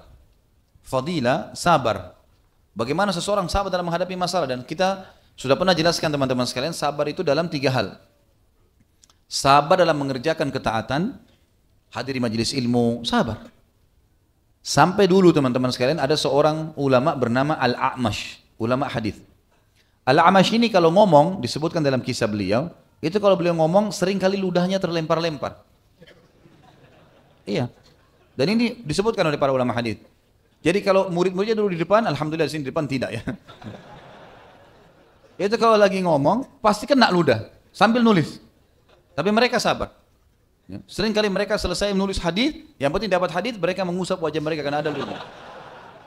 Iya, itu disebutkan dalam salah satu riwayat tentang beliau gitu ya. Tapi mereka sabar, mereka sabar.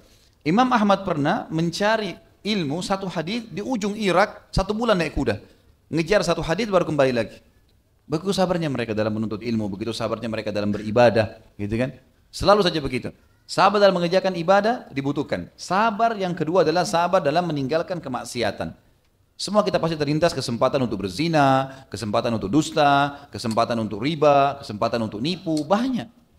Kan gitu. Sekarang kalau safar, tinggal di hotel sendirian, terbuka pintu zina, dia bisa panggil pezina, naudzubillah. Tapi dia sabar. Seseorang bisa saja nonton sesuatu di HP-nya, tapi dia sabar. Mungkin yang buruk misalnya, tapi dia sabar.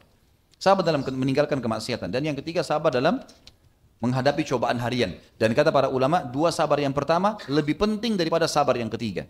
Maksudnya sabar dalam ketaatan, sabar dalam meninggalkan maksiat lebih penting daripada sabar dalam masalah cobaan harian.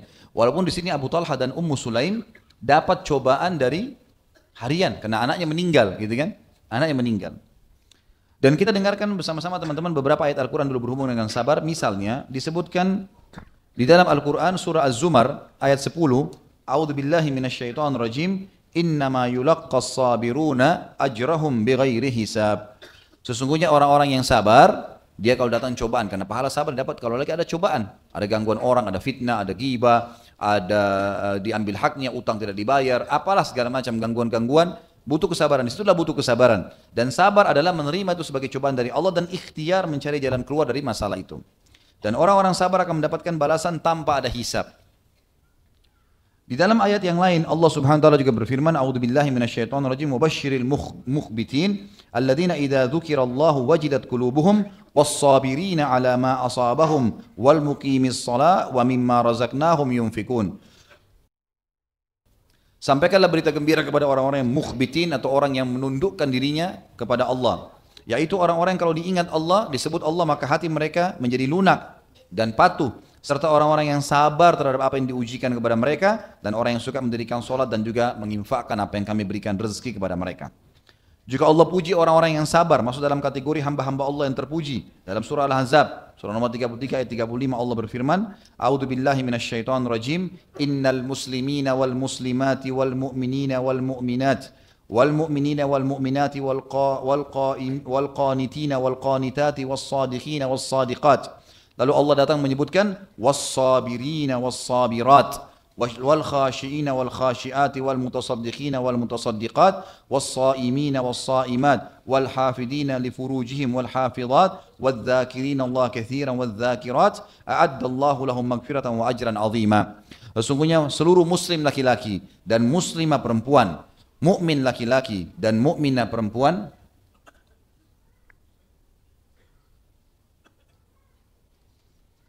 baik, afwan, bisa merapat lagi teman-teman ikhwah, kalau masih bisa merapat, karena banyak yang di luar baru datangnya.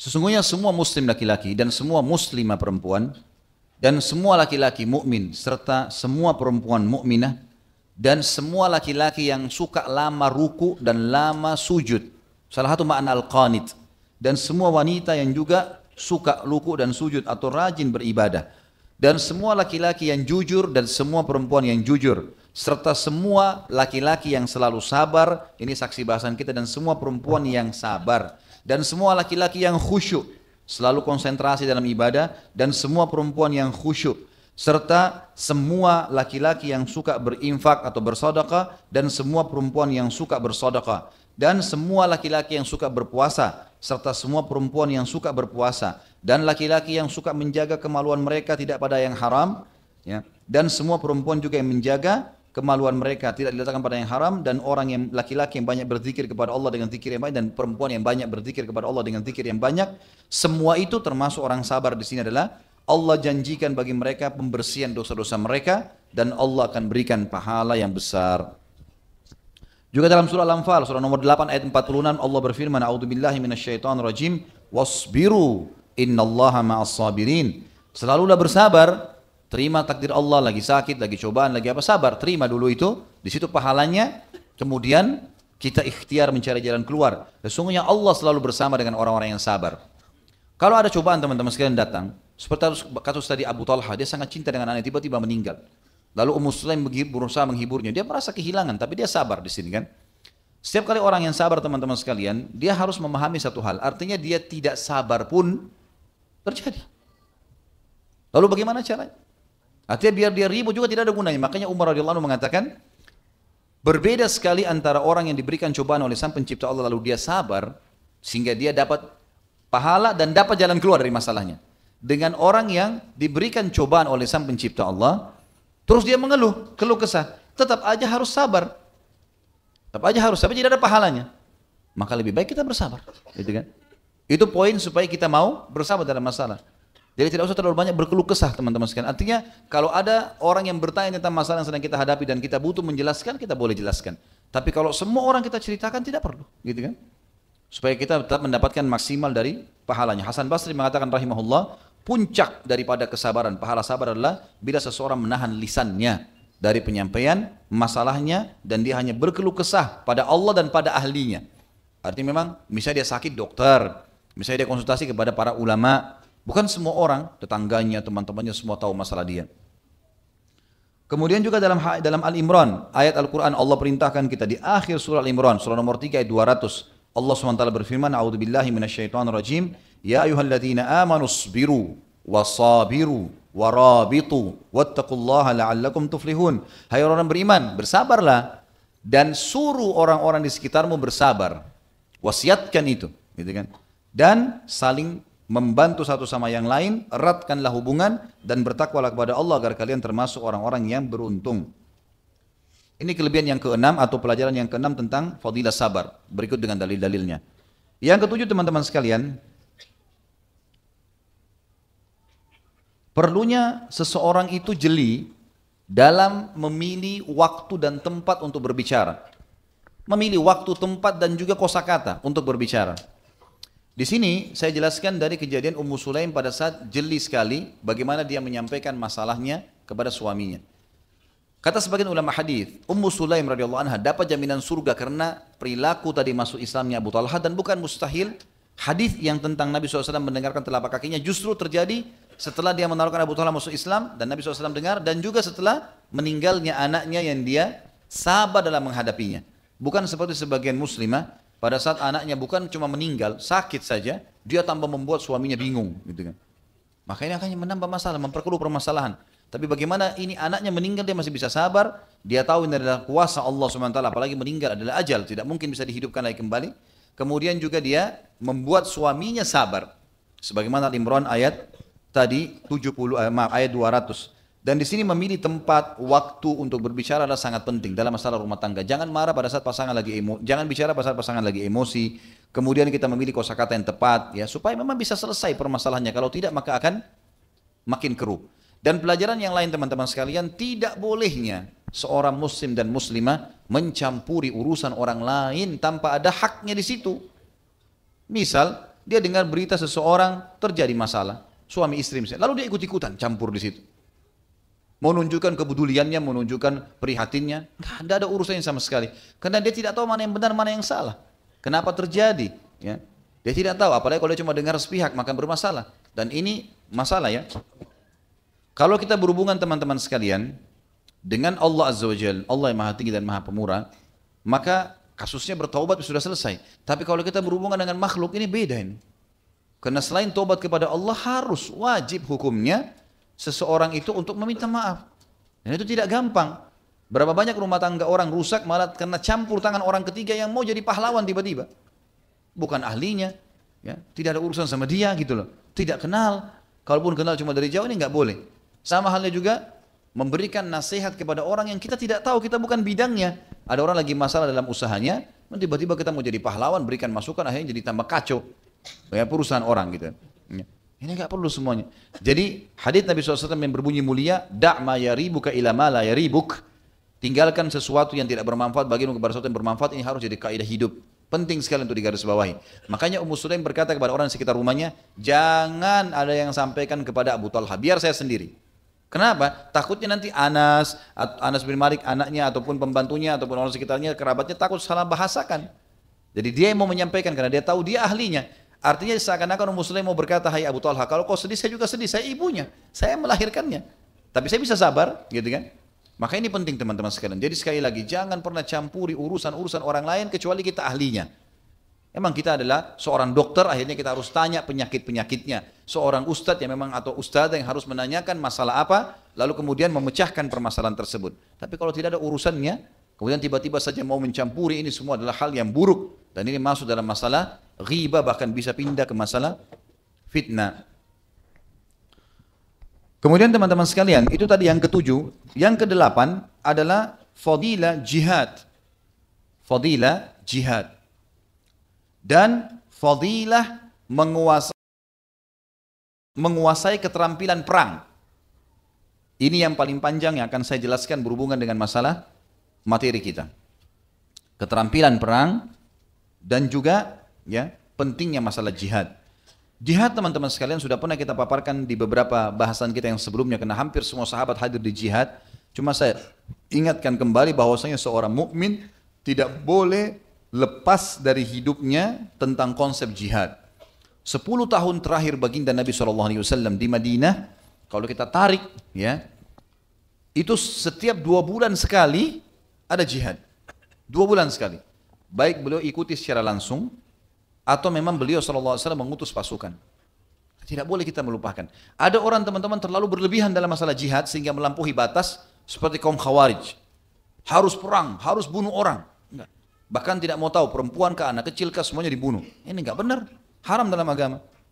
Ada juga orang terlalu kurang, tidak mau jihad sama sekali. Bahkan tidak mau membahas dalam hidupnya. Ini salah juga, gitu kan? Kita harus tahu, Nabi SAW dan semua sahabat teman-teman jihad, perang. Nabi SAW luka. Bahkan Nabi SAW waktu pergi perang Tabuk, ada satu sahabat yang sempat telat. Begitu sholat duhur, dia sholat duhur di Madinah, ingin mengejar pahala sholat duhur di Masjid Nabawi 1000. Pasukan sudah keluar. Pasukan sudah keluar, gitu kan? Maka dia sholat bersama Nabi SAW. Nabi kirim pasukan, orang ini disuruh ikut. Setelah sholat, Nabi SAW lihat dia. Kata Nabi SAW, kenapa kau nggak pergi? Ya Rasulullah, saya rasa saya masih bisa kejar pasukan. Saya tidak mau kehilangan fadilah sholat di masjid Anda. 1000 pahala. Habis ini saya langsung pergi ya Rasulullah. Kata Nabi SAW, demi zat yang ubun-ubunku dalam genggamannya, sungguh apa yang telah mereka capai tadi dari langkah-langkah kaki mereka, dari pagi tadi mereka keluar sampai duhur ini, tidak akan pernah kau jangkau dengan sholatmu ini. Pahalanya lebih besar. Sholat di sana, safar, jihad, lebih besar daripada sholat di Masjid Nabawi, gitu kan? Jadi fadilahnya sangat besar, gitu kan? Bahkan kita sudah pernah sebutkan hadis Muslim, kata Nabi SAW, makbarrat kadama abdin fisabilillah fatamassuhun nar. Tidak akan pernah disentuh api neraka 2 telapak kaki yang pernah tersentuh debunya medan perang. Debunya saja. Belum bicara yang lain. Bagi teman-teman yang masih khawatir dengan mati segala macam, mati pasti datang. Mau diranjang, mau di medan perang, mau di mobil, mau lagi makan, mau lagi tidur. Kalau mati datang akan datang. Maka seorang muslim harus menjadikan target hidupnya adalah bagaimana kalau terbuka pintu dia akan jihad. Tapi jihad tentu terbagi lagi ya. Ada yang sifatnya fardu ain, dia akan jadi wajib individual kalau negara atau wilayah kita sedang dicaplok, sedang dijajah. Kayak waktu Indonesia dijajah oleh Belanda sama Jepang, seperti Palestina kan dijajah oleh Israel. Atau memang ada sifatnya jihad itu adalah maksud dalam fardu ain juga adalah panggilan komandan pemimpin. Kalau ada pemimpin wilayah misalnya presiden mengatakan jihad, maka itu jadi fardu ain juga harus ikut laki-lakinya. Kemudian yang kedua bisa menjadi sunnah. Sunnah adalah kalau seseorang mau ikut dengan pasukan muslimin yang ada menjaga di perbatasan muslimin, atau misalnya ekspansi Islam yang terjadi. Maka ini boleh, sunnah hukumnya, tapi bukan fardu ain secara individu karena sudah ada pasukan yang ikut berperang. Jihad bisa menjadi makruh, ya. Sebagian ulama mengatakan kalau dia pergi dan dia masih punya orang tua dan tidak izin dari orang tuanya, bisa jadi makruh. Dan jihad itu bisa menjadi haram bagi dia, bahkan jadi dosa kalau dia itu pergi dan bukan niatnya untuk meninggikan kalimat Allah. Ya. Sebagaimana kejadian Kazman, salah satu orang Ansar yang mati di perang Uhud setelah membunuh sekian banyak musuh, ternyata sahabat mengatakan orang ini pasti di surga karena bunuh banyak musuh. Kata Nabi SAW dalam sebuah hadis, tidak akan bersatu antara seorang muslim dan kafir di neraka. Kalau dia sudah berhasil bunuh satu orang kafir, Allah jamin baginya surga. Maka para sahabat mengatakan orang ini di surga nih, Kazman nih. Ya. Maka Nabi SAW mengatakan tidak, dia di neraka. Para sahabat bingung, kok bisa? Orang sekuat ini, orang membunuh sekian banyak musuh. Lalu sahabat ikutin mengintai, karena di medan perang tidak sempat bertanya pada Nabi SAW, mereka ngintai. Ternyata Kazman ini kena sabetan pedang, kakinya sobek, keluar darah, dia kesakitan, dia ke pinggir kancah peperangan, dia turun dari kudanya, lalu dia tusuk badannya sendiri. Dia bunuh diri, lalu dia mengatakan, saya berperang untuk membela kaum saya. Jadi haram buat dia ini, gitu kan? Karena bahaya sekali. Dia untuk membela sukunya, bukan karena meninggikan kalimat Allah, maka bisa jadi masalah itu. Baik teman-teman sekalian, dan jihad cukup banyak untuk fadilahnya, diantaranya hadis Nabi SAW, hadis Bukhari, sesungguhnya puncak Islam adalah jihad. Puncak Islam adalah jihad. Dan juga orang yang mati syahid punya fadilah banyak. Paling tidak adalah bisa menyelamatkan 70 keluarganya di akhirat nanti, dibangkitkan pada hari kiamat dalam kondisi dari tubuhnya keluar darah dan mengalir dan lebih wangi daripada bau kasturi. Jasanya tidak akan dimakan oleh tanah, tidak ada lagi pertanyaan malaikat di kuburan, tidak ada lagi timbangan amal pada hari kiamat, masuk surga tanpa hisab, kemudian juga masuk surga yang tertinggi, surga Firdaus, gitu kan. Sementara orang di alam barzah, dia ruhnya berada di pelatuk burung-burung yang berwarna hijau yang berputar-putar di surga. Jadi orang masih di bumi, ini dia sudah di sana, gitu kan. Jadi banyak fadilahnya. Makanya seorang muslim harus jadikan sebagai targetnya. Kalaupun tidak ada, dia berdoa kepada Allah Subhanahu Wa Taala. Sebagaimana sabda Nabi SAW yang mulia, semoga Allah memberikan kita ini tentunya. Kata Nabi SAW, man talaba syahadata bisidq, ballagahu Allahu manazila syuhada wa in mata ala firashi.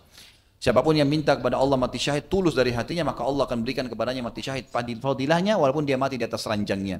Jadi harus orang muslim keluarkan dalam jiwanya masalah itu. Selain fadilah jihad teman-teman, ada perintah untuk menguasai keterampilan-keterampilan jihad.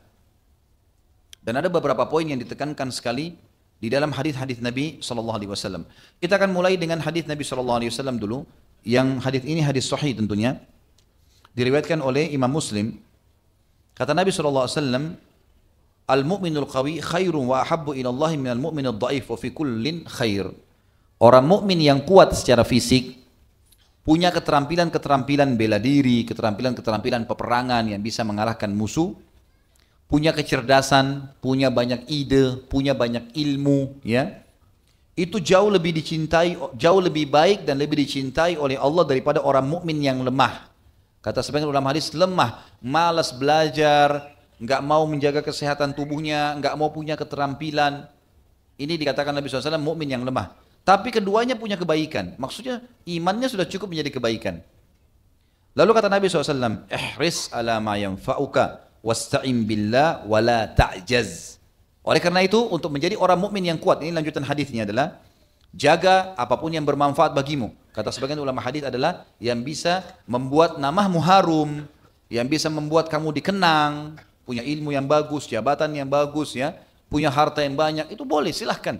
Ya, semua itu dibolehkan dalam Islam karena kita tidak boleh menghinakan diri kita. Kita boleh memuliakannya malah, gitu kan? Jagalah apapun yang bermanfaat bagimu yang bisa mengangkat nama baikmu dan seterusnya. Wasta'in billah, dan minta tolong kepada Allah agar dibantu untuk itu. Wala ta'jaz, dan jangan pernah kau putus asa. Lanjutan hadis dikatakan oleh Nabi SAW, dan kalau kalian ditimpa sesuatu, janganlah bilang kalau seandainya, karena kalau seandainya membuka pintu syaitan. Jadi selalu saja kita semangat, optimis untuk melakukan kebaikan-kebaikan. Baik teman-teman sekalian, di sini disebutkan oleh para ulama tentang masalah keterampilan perang yang perlu dimiliki, sekaligus kalau kita bahasakan sekarang olahraga sebenarnya, gitu kan? Dan ini termasuk hal yang perlu digarisbawahi karena Nabi SAW melakukannya. Yang pertama, yang paling ditekankan adalah memanah. Memanah. Ini betul-betul ditekankan oleh Nabi SAW. Beranjak daripada tafsir firman Allah Subhanahu Wa Taala di dalam surah Al-Anfal ayat 60. Bunyinya a'udzubillahi minasyaitonir rajim, Al-Anfal ayat 60, wa'iddu lahum mastata'tum min quwwatin wa min ribatil khaili turhibuna bihi aduwallahi wa aduwakum wa akharina min dunikum la ta'lamunahum Allahu ya'lamuhum wa ma tunfiqu min syai'in fi sabilillahi waffa ilaikum wa antum la tudlamun. Artinya, dan persiapkanlah dari diri kalian masing-masing secara individu. Bahkan sebagian ulama mengatakan laki-laki dan perempuan. Dua-duanya disuruh. Karena Nabi SAW dalam peperangan jihad mengajak perempuan. Mengobati para mujahidin, memberikan minum dan seterusnya, gitu kan. Memberikan semangat, bahkan seringkali mereka ikut dalam peperangan. Seperti tadi pada Nusaybah binti Ka'ab radhiyallahu anha. Kata Allah, persiapkanlah apa yang kalian mampu. Ya. Semampu kalian dari kekuatan fisik, mental. Ya. Dan juga dari menunggangi kuda. Untuk menakut-nakuti musuh Allah dan musuh kalian. Dan ada juga orang-orang yang berperang, tapi kalian tidak mengetahuinya, Allah mengetahuinya. Tapi kalian lakukanlah saja. Ada masalah yang kalian harus pecahkan, pecahkan. Ada harus hadapi, hadapi, gitu kan? Dan apapun yang kalian infakkan di jalan Allah, maka pasti akan kalian terima pahalanya. Apa kata Nabi SAW pada saat menjelaskan ayat ini? Kata beliau, ketahuilah kekuatan fisik itu dan konsentrasi yang paling bagus adalah di memanah. Ini sabda Nabi SAW dan hadis ini hadis sahih riwayat Imam Muslim. Selalu Nabi ulangi sampai 2 kali. Ketahuilah kekuatan fisik dan konsentrasi ada di memanah. Ketahuilah kekuatan fisik dan konsentrasi ada di memanah. Maka dianjurkan setiap muslim belajar ini teman-teman sekalian. Belajar memanah. Dan sekarang sudah jadi olahraga kan? Bahkan orang mau ke Senayan, mau ke olahraga silakan. Boleh dibeli alatnya gitu kan? Jadi ini perlu digarisbawahi dan ini sangat dianjurkan. Kemudian ada hadis yang lain, hadis sahih riwayat Bazzar dan Tabarani berbunyi, belajarlah memanah karena memanah sebaik-baik permainanmu. Hadis sahih. Jadi kalau mau dijadikan sebagai permainan harian, maka memanah yang paling bagus. Ini bahasa Nabi SAW. Dan kita tahu di sini Abu Talha terkenal sekali dengan panahannya. Sampai dikatakan tadi dia memanah dan panahnya tidak ada yang meleset, semua kena ke musuh. Sampai dia melempar panah yang tidak ada kepalanya pun bisa membunuh musuh. Gitu kan? Keterampilan. Ada beberapa athar menyebutkan kalau Abu Talha bisa memanah dengan satu anak panah, satu busur bisa melempar 3 anak panah sekaligus. Ya. Jadi keterampilan yang luar biasa. Ada tentu rincian para ilmuwan muslim menjelaskan tentang apa kelebihannya memanah, kenapa dia menjadi olahraga yang paling yang dinomorsatukan ya istilahnya dalam hadis-hadis ini adalah karena orang memanah butuh konsentrasi, dia harus bisa meredam emosinya karena sedikit dia lepas konsentrasi maka bisa lepas sasaran gitu kan, dan dia harus mengulangi lagi, narik lagi, ya mengatur lagi, jadi memang butuh kesabaran. Jadi dia nanti akhirnya akan berusaha agar konsentrasi dan panahnya dilemparin kena sasaran. Dan ini sudah menjadi tradisi para ulama-ulama kita, diantaranya Imam Syafi'i rahimahullah, beliau gemar sekali berburu. Dan untuk melatih memanahnya, karena belum ada jihad pada saat itu, waktu tidak terjadi jihad di zaman beliau, pada saat itu maka beliau pun akhirnya melakukan panahan itu dengan berburu, ya. Juga ada hadis Nabi SAW yang kata Nabi SAW dalam hadis Muslim, lemparlah panah dan tunggangilah kuda. Lemparlah panah artinya memanahlah kalian, jadikan sebagai kebiasaan, dan tunggangilah kuda. Nanti akan kita jelaskan masalah menunggang kuda, kita masih fokus ke masalah ini. Juga hadis Nabi SAW yang diriwayatkan oleh Tahawi, ajarkan putra-putramu berenang dan memanah. Ajarkanlah putra-putra kalian berenang dan memanah. Hanya saja tentu di zaman Nabi SAW, Madinah jauh dari air, dari laut, ya, jauh. Ya, maka ke Jeddah sekitar 400 km, dan itu sangat jauh. Maka Nabi SAW fokus kepada masalah memanah ini, ya, memanah dan beberapa olahraga yang akan kita sebutkan nanti. Juga ada hadis Nabi SAW, ajarkan anak kalian, dalam hadis sahih, ajarkan anak kalian memanah. Masuk dalam makna memanah juga adalah melempar lembing atau tombak. Rami dalam bahasa Arab bisa berarti anak panah yang dilemparkan atau tombak yang dilemparkan. Sasaran pokoknya yang dilempar, sesuatu yang tajam dilempar ke arah musuh gitu kan. Maka namanya rami. Tapi di sini lebih tepatnya adalah panahan sebenarnya. Yang jelas maksud dalamnya tombak, lembing, semuanya yang dipakai melempar. Sebagian ulama mengatakan kalau dia belajar melempar pisau dan itu memang melempar sasarannya sama, maka sasarannya sama adalah ke target, ke musuh, maka sama juga masuk dalam masalah perintah ini. Ajarkan anak kalian melempar, gitu kan? Di sini memanah, melempar lembing, melempar pisau, pokoknya seperti itulah ya. Kemudian berenang dan menunggangi kuda. Serta suruh mereka meloncati kuda sementara kuda itu berlari. Ini hadisnya. Jadi kudanya dipukul lari, kemudian disuruh anak kita lari, suruh naik, loncat ke atas sementara kuda itu berlari. Nah. Udah bisa? Tidak apa-apa lah. Sekarang belajar duduk dulu. Di ta'lim. Nanti satu waktu. Tentu teman-teman sekalian, ada tadi yang saya lupa sampaikan. Al-Quran juga banyak menceritakan tentang pentingnya orang menjaga fisik supaya kuat ya. Penting dalam Islam itu, karena tubuh kita ini elastis teman-teman sekalian, elastis sebenarnya. Antum bisa besarkan, bisa kecilkan, gitu kan? Lah ya. Ada walaupun orang dasarnya misalnya badannya kurus misalnya, dia bisa gemukin, dia bisa besarin, dia bisa olahraga, bisa dilakukan. Dan kalau orang melakukan itu karena perintah Allah, pahala loh itu. Pahala itu untuk olahraga ya, menjaga kesehatan itu penting. Kalau kita niatnya merawat tubuh, pahala itu. Apalagi kalau niatnya ditambah, kalau satu waktu dibutuhin jihad saya pakai keterampilan saya. Nah itu luar biasa. Itu yang kita ingin jadikan target. Ya. Ini saya bukan ajar pulang dari sini berantem. Ya. Bukan itu maksudnya. Tapi kemahiran, keterampilan, olahraga. Gitu kan. Jangan lagi dipelintirin. Pernah terjadi dalam surah Al-Qasas diceritakan ayat 26. Nabi Musa AS kan semua nabi-nabi diberikan kekuatan 10 orang laki-laki. 10 orang laki-laki. Semua nabi. Untuk membela agama Allah. Termasuk Nabi Muhammad SAW punya kekuatan. Nabi Musa AS saking kuatnya, waktu dia temukan ada 2 orang suku Kipti, sukunya Fir'aun dan suku dari Bani Israel sukunya dia, lagi ribut di jalanan, lalu Nabi Musa AS pisahkan. Ternyata orang Kipti ini tetap aja mau mukul, karena dia merasa waktu itu Bani Israel budak. Maka Musa AS menampar sekali saja, mati orang Kipti itu. Sekali pukulan mati. Musa AS waktu itu dilaporkan kepada Fir'aun kalau Musa membunuh suku Kipti gini. Fir'aun ini sudah lama tidak suka sama Musa, tapi karena istrinya suka jadi akhirnya diambil. Fir'aun tidak punya anak, gitu kan, mandul, tidak punya anak. Istrinya suruh ambil jadi anak angkat. Dia sudah lama mau cari kesalahannya Musa, karena ini Bani Israel. Dia perintahkan Bani Israel untuk dibunuh gitu. Pas dapat kasus ini, Fir'aun bilang bunuh Musa. Dikejar Musa AS. Musa lari ke Madian. Madian tempatnya Nabi Syuaib, mertuanya. Waktu itu kebetulan di Madian ada sumur. Itu selalu kalau pagi ditutup, kalau malam ditutup, kalau sore ditutup dengan batu. Batu besar ini cuma 10 orang baru bisa terangkat, beratnya. Tutupin sumur itu. Supaya orang dari luar tidak ada yang ngambil air atau tidak ada yang taruh racun atau apa. Supaya orang negeri Madian tidak mati gitu kan.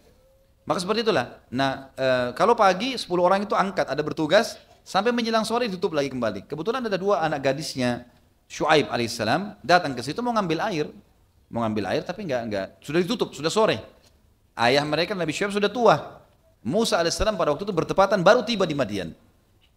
Musa kemudian lihat dari jauh ada 2 perempuan, dalam Al-Quran diceritakan surah Al-Qasas.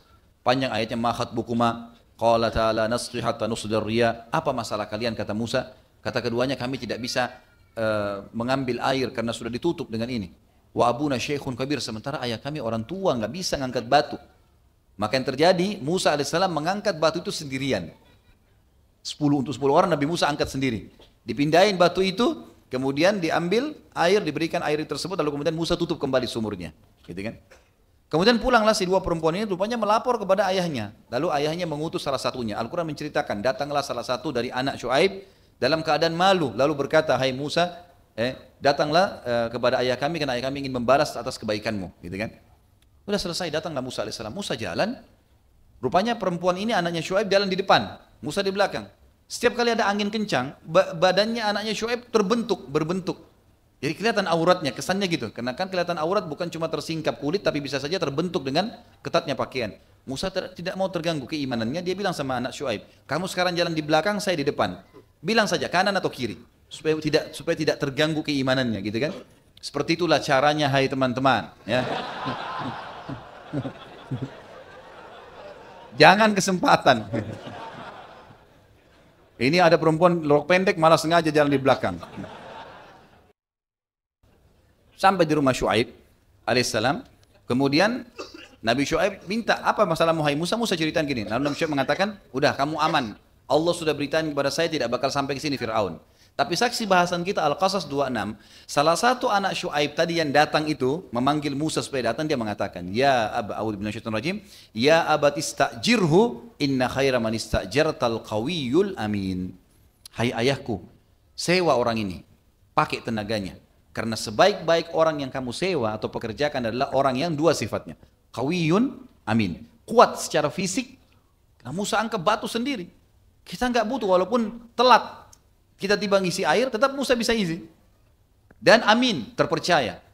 Terpercaya kata ulama tafsir adalah pada saat lagi jalan tadi tersingkap aurat, Musa alaihissalam suruh dia ke belakang. Artinya ini orang luar biasa, ya kan?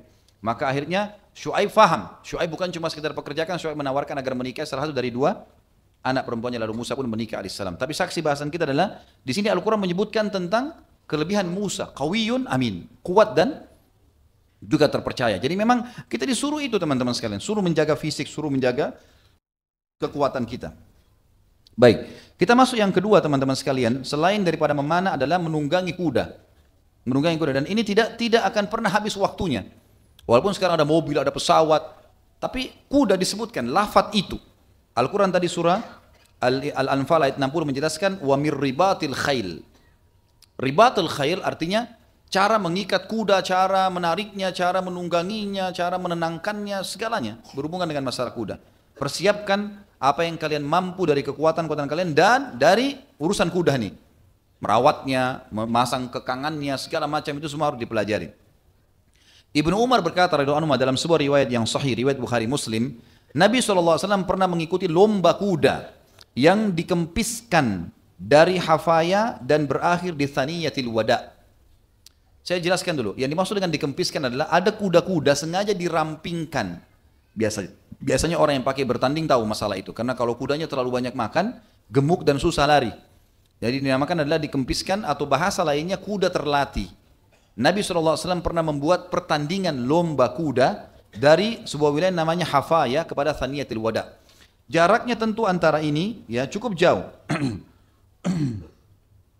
Sofyan berkata, rahimahullah, seorang ulama tabi'in, Bukhari berkata, jarak antara Hafaya dan Thaniyatil Wada adalah 5 atau 6 mil. 5 atau 6 mil ya. Ya di sekian kilo, mungkin sekitar 10 sampai 15 kilometer gitu kan. Pertandingan kuda, dan Nabi SAW ikut sendiri di situ. Serta Abdullah bin Umar perawi hadis pun ikut dalam pertandingan tadi. Dan Abdullah bin Umar melanjutkan dan juga mengatakan Nabi SAW juga ikut dalam lomba kuda yang tidak dikempiskan dari Thaniyatil Wada kepada Banu Zuraik. Lalu kata Sufyan, jarak antara Thaniyatil Wada dengan Zuraik adalah 1 mil. Maksudnya Nabi SAW pernah ikut tanding kuda yang terlatih, juga pernah kuda yang tidak terlatih, kuda biasa saja. Kemudian Nabi SAW juga ngajak para sahabat, ayo kita tanding, lomba sampai ke sana. Dan itu kalau kuda yang tidak terlatih, Nabi SAW menggunakan jarak 1 mil. Kalau kuda terlatih sampai 5-6 mil, gitu kan? Berarti Nabi SAW sini melakukan dan mengajak para sahabat untuk menguasai kuda. Karena tentu bertanding dalam kuda berarti dia harus menguasai kuda itu, bukan hanya sekedar menungganginya. Juga Ibnu Umar meriwayatkan radhiyallahu anhu bahwa Nabi SAW pernah memperlombakan kuda-kuda dan melebihkan jarak bagi kuda-kuda yang cukup umur. Riwayat Imam Ahmad dan Ibnu Hibban.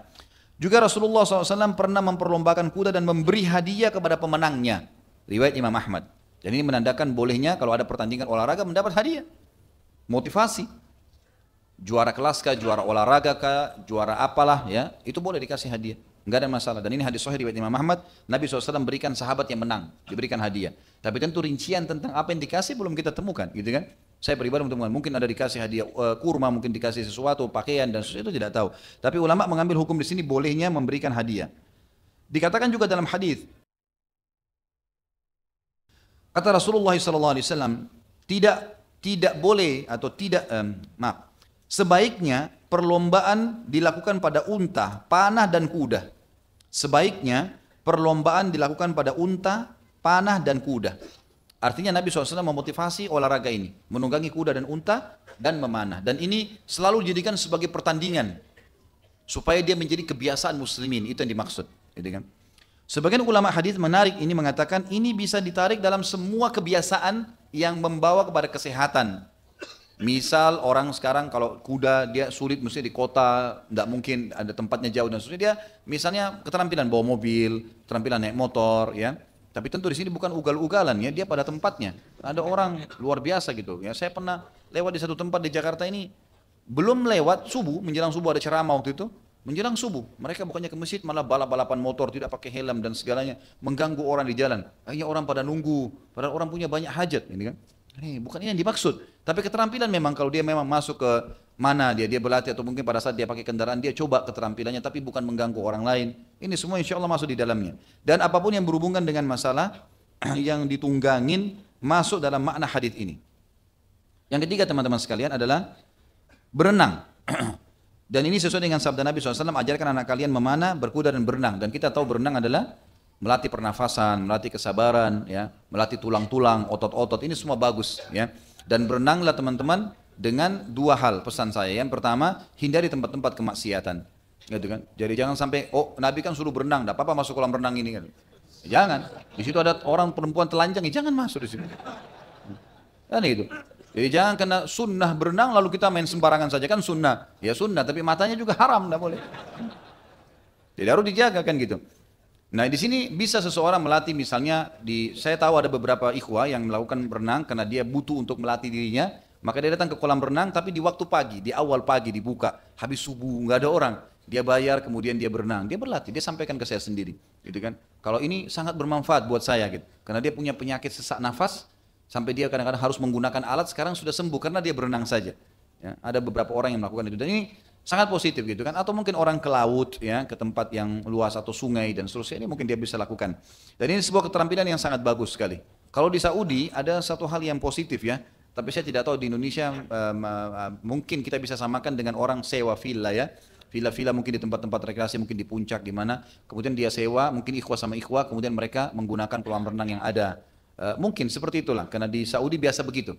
Dulu kami kalau waktu masih mahasiswa, di waktu-waktu tertentu kami liburan dengan teman-teman mahasiswa, tentu semuanya laki-laki pada saat itu, kemudian kami sewa villa, ada kolam renang, lalu kemudian kita buat pertandingan, gitu kan, olahraga atau ikhwah-ikhwah yang memang sampai ada teman-teman, masya Allah dulu memang pelatih berenang, lalu kemudian dia melatih ikhwah-ikhwah untuk itu.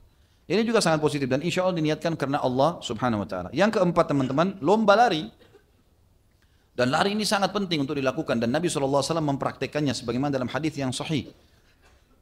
Disebutkan bahwasanya Aisyah mengatakan dalam hadis riwayat Ahmad dan Abu Daud. Kata Aisyah radhiyallahu anha, saya pernah diajak oleh Nabi SAW berlomba lari dan saya mengalahkan beliau. Tapi pada saat tubuhku sudah gemuk, maka Nabi SAW mengalahkanku. Gitu kan? Lalu Nabi SAW bersabda, wahai Aisyah, kemenangan ini adalah bayaran daripada kekalahan saya yang lalu. Sebagian orang cuma mengangkat mengatakan ini romantisnya Nabi sama Aisyah. Tapi ini sempit kalau cuma sekedar itu. Tapi Nabi SAW memang sekalian melatih istrinya olahraga memang. Gitu kan? Dan sebagian ulama hadis mengatakan Nabi SAW membiarkan Aisyah menang pertama untuk membesarkan jiwanya. Karena Nabi pasti menang semestinya gitu kan. Jadi bolehlah antum kalau aja istri lari, kasih jiwanya besar. Oh ya menang, Masya Allah. Jadi yang jelas lomba lari gitu kan. Dan juga disebutkan dalam banyak riwayat yang sahih, diantaranya dinukil oleh Ibnu Qayyim rahimahullah dalam buku yang sangat mulia tentang keterampilan ketangkasan berperang, gitu kan. Tapi masih dalam bahasa Arab. Saya nggak tahu bahasa Indonesia ini ada atau tidak. Tapi buku ini sangat lengkap sampai manfaat-manfaatnya, sampai jenis-jenis anak panahnya, segala macam dirincikan luar biasa. Khilaf diantara ulama tentang mana boleh, mana nggak boleh, panjang lebar. Buku yang sangat lengkap. Di antaranya adalah para sahabat sering berlomba lari. Dan mereka berlomba lari mengelilingi Madinah, gitu kan. Para sahabat, mereka berlomba lari dan Nabi SAW motivasi mereka untuk itu. Memotivasi mereka untuk itu. Dan kita tahu teman-teman lari dan jalan ini selain memang olahraga yang sudah dikenal secara internasional, kita punya ibadah dalam Islam memang menggunakan olahraga ini. Misal haji dan umroh. Ada tawaf, ada sa'i, di sa'i ada berlari, kan gitu. Ada olahraga itu. Ya, dan itu olahraga memang kita melakukan sampai keringatan, gitu kan. Orang olahraga dan mau tua mau muda tetap lakukan sama. Tawaf, kecuali dia tidak mampu sama sekali baru pakai alat, gitu kan. Kalau enggak mereka jalan, mereka lari. Kita tahu juga di Mina, di Muzdalifah, di Arafah, di zaman Nabi SAW mereka berjalan kaki. Mereka berjalan kaki dan ini berarti menandakan kita punya agama memang itu. Kita tahu motivasi untuk ke masjid, ya. Dengan gantung dengan fadilah jalan kaki. Makin jauh makin besar pahalanya, kan gitu. Karena makin banyak langkahnya, berarti kan ada hubungannya dengan masalah itu, ya. Dan ini juga termasuk disebutkan dalam riwayat. Juga pernah terjadi teman-teman sekalian kalau antum sudah tahu, alhamdulillah, kalau belum tahu saya jelaskan tentang awal mulanya perintah kenapa laki-laki kalau pakai ihram lengan kanannya diperlihatkan. Sudah tahu belum? Sudah tahu jawabannya pasti. Pasti belum.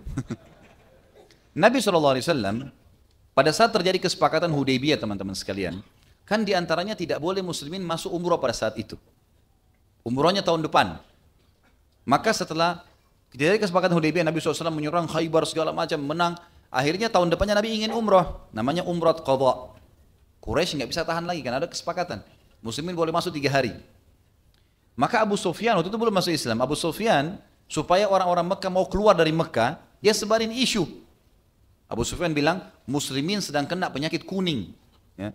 Penyakit kuning ini di zaman dulu mereka anggap penyakit kuning itu orangnya lemah badannya, bisa anggota tubuhnya luka-luka, terus menular, segala macam penyakitnya tidak baik gitu. Supaya tujuannya agar masyarakat Mekah mau keluar. Karena kalau mereka tinggal di Mekah, akhirnya muslimin masuk jumlahnya ribuan orang, bisa banyak masuk Islam. Waktu itu Abu Sufyan belum masuk Islam tentunya, gitu kan. Maka beliau mengatakan, dia mengatakan keluar semuanya. Kalau tidak nanti kalian kena penyakit kuning ini, menular. Maka orang-orang Mekah semua pada keluar. Mereka tinggal di gunung-gunung di sekitar Ka'bah. Mereka lihat muslimin. Nabi SAW dengar kalimat itu. Dengar masalah ini. Lalu beliau mengatakan, Allah akan merahmati siapapun yang hari ini menunjukkan kekuatannya.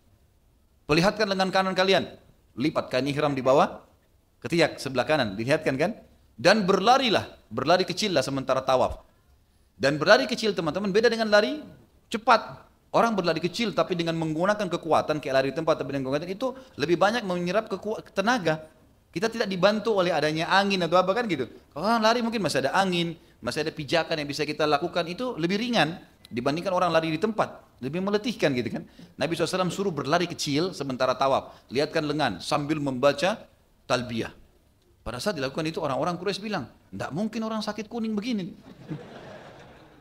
Luar biasa kekuatannya dengan suara kaki mereka lari di tempat jalan. Maka ada perintah itu dan jadilah sunnah sampai sekarang. Sampai sekarang disunnahkan bagi laki-laki berlari kecil di putaran tawaf. Tentu kalau tidak lagi padat ya. Itu apalagi pada saat itu memperlihatkan kekuatan kepada orang-orang musyrik. Dan ini termasuk terjadi. Yang kelima teman-teman sekalian, setelah tadi tentunya memanah, menunggangi kuda, berenang, berlari. Kemudian yang kelima adalah memainkan pedang. Dan Nabi SAW termasuk orang yang sangat mahir memainkan pedangnya. Ya. Begitu pula dengan para sahabat. Dan kita tahu kisah bagaimana para sahabat memainkan pedang-pedang mereka, diantaranya Zubair yang bisa membelah 2 orang musyrik kafir Mekah. Dibelah 2 dengan kekuatannya gitu kan pada saat terjadi perang Khandaq. Itu bagaimana kekuatannya gitu. Dan luar biasa bagaimana Ali bin Abi Thalib juga bisa membunuh salah satu orang kafir Quraisy yang ditebaskan dari kemaluannya terbelah sampai mendekati dadahnya. Dan seterusnya gitu kan. Dan punya kekuatan. Dan Nabi SAW memerintahkan itu, membolehkan para sahabat untuk melatih keterampilan selain fisik dan juga memainkan pedang ini. Dan juga kita tahu Nabi SAW membiarkan orang-orang Habasyah, orang-orang Ethiopia, terkenal mereka ahli membuat pedang dan suka memainkan pedang itu, punya keterampilan. Itu menunjukkan di depan para sahabat di masjid dan Nabi SAW membiarkannya. Sempat waktu itu Umar lihat, ada orang-orang dari Habasyah, bukan muslimin, datang mau menawarkan, mau menunjukkan keterampilannya. Nabi ajak ke masjid. Umar begitu masuk, lihat orang-orang ini mainkan pedang di masjid, dilempari batu. Sama Umar dilempari batu gitu kan, bersuruh bubar. Kata Nabi SAW, biarkan hai Umar, karena saya memerintahkannya.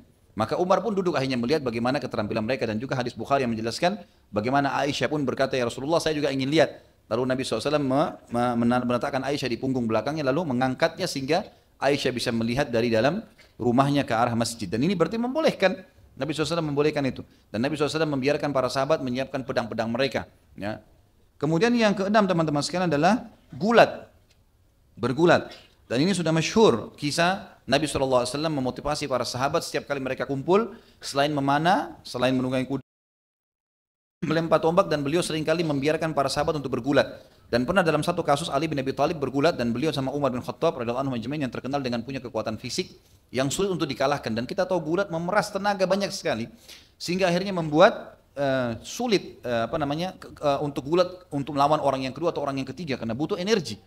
Tidak boleh melukai tapi bisa menekuk ya, sampai orang itu sudah tidak mampu.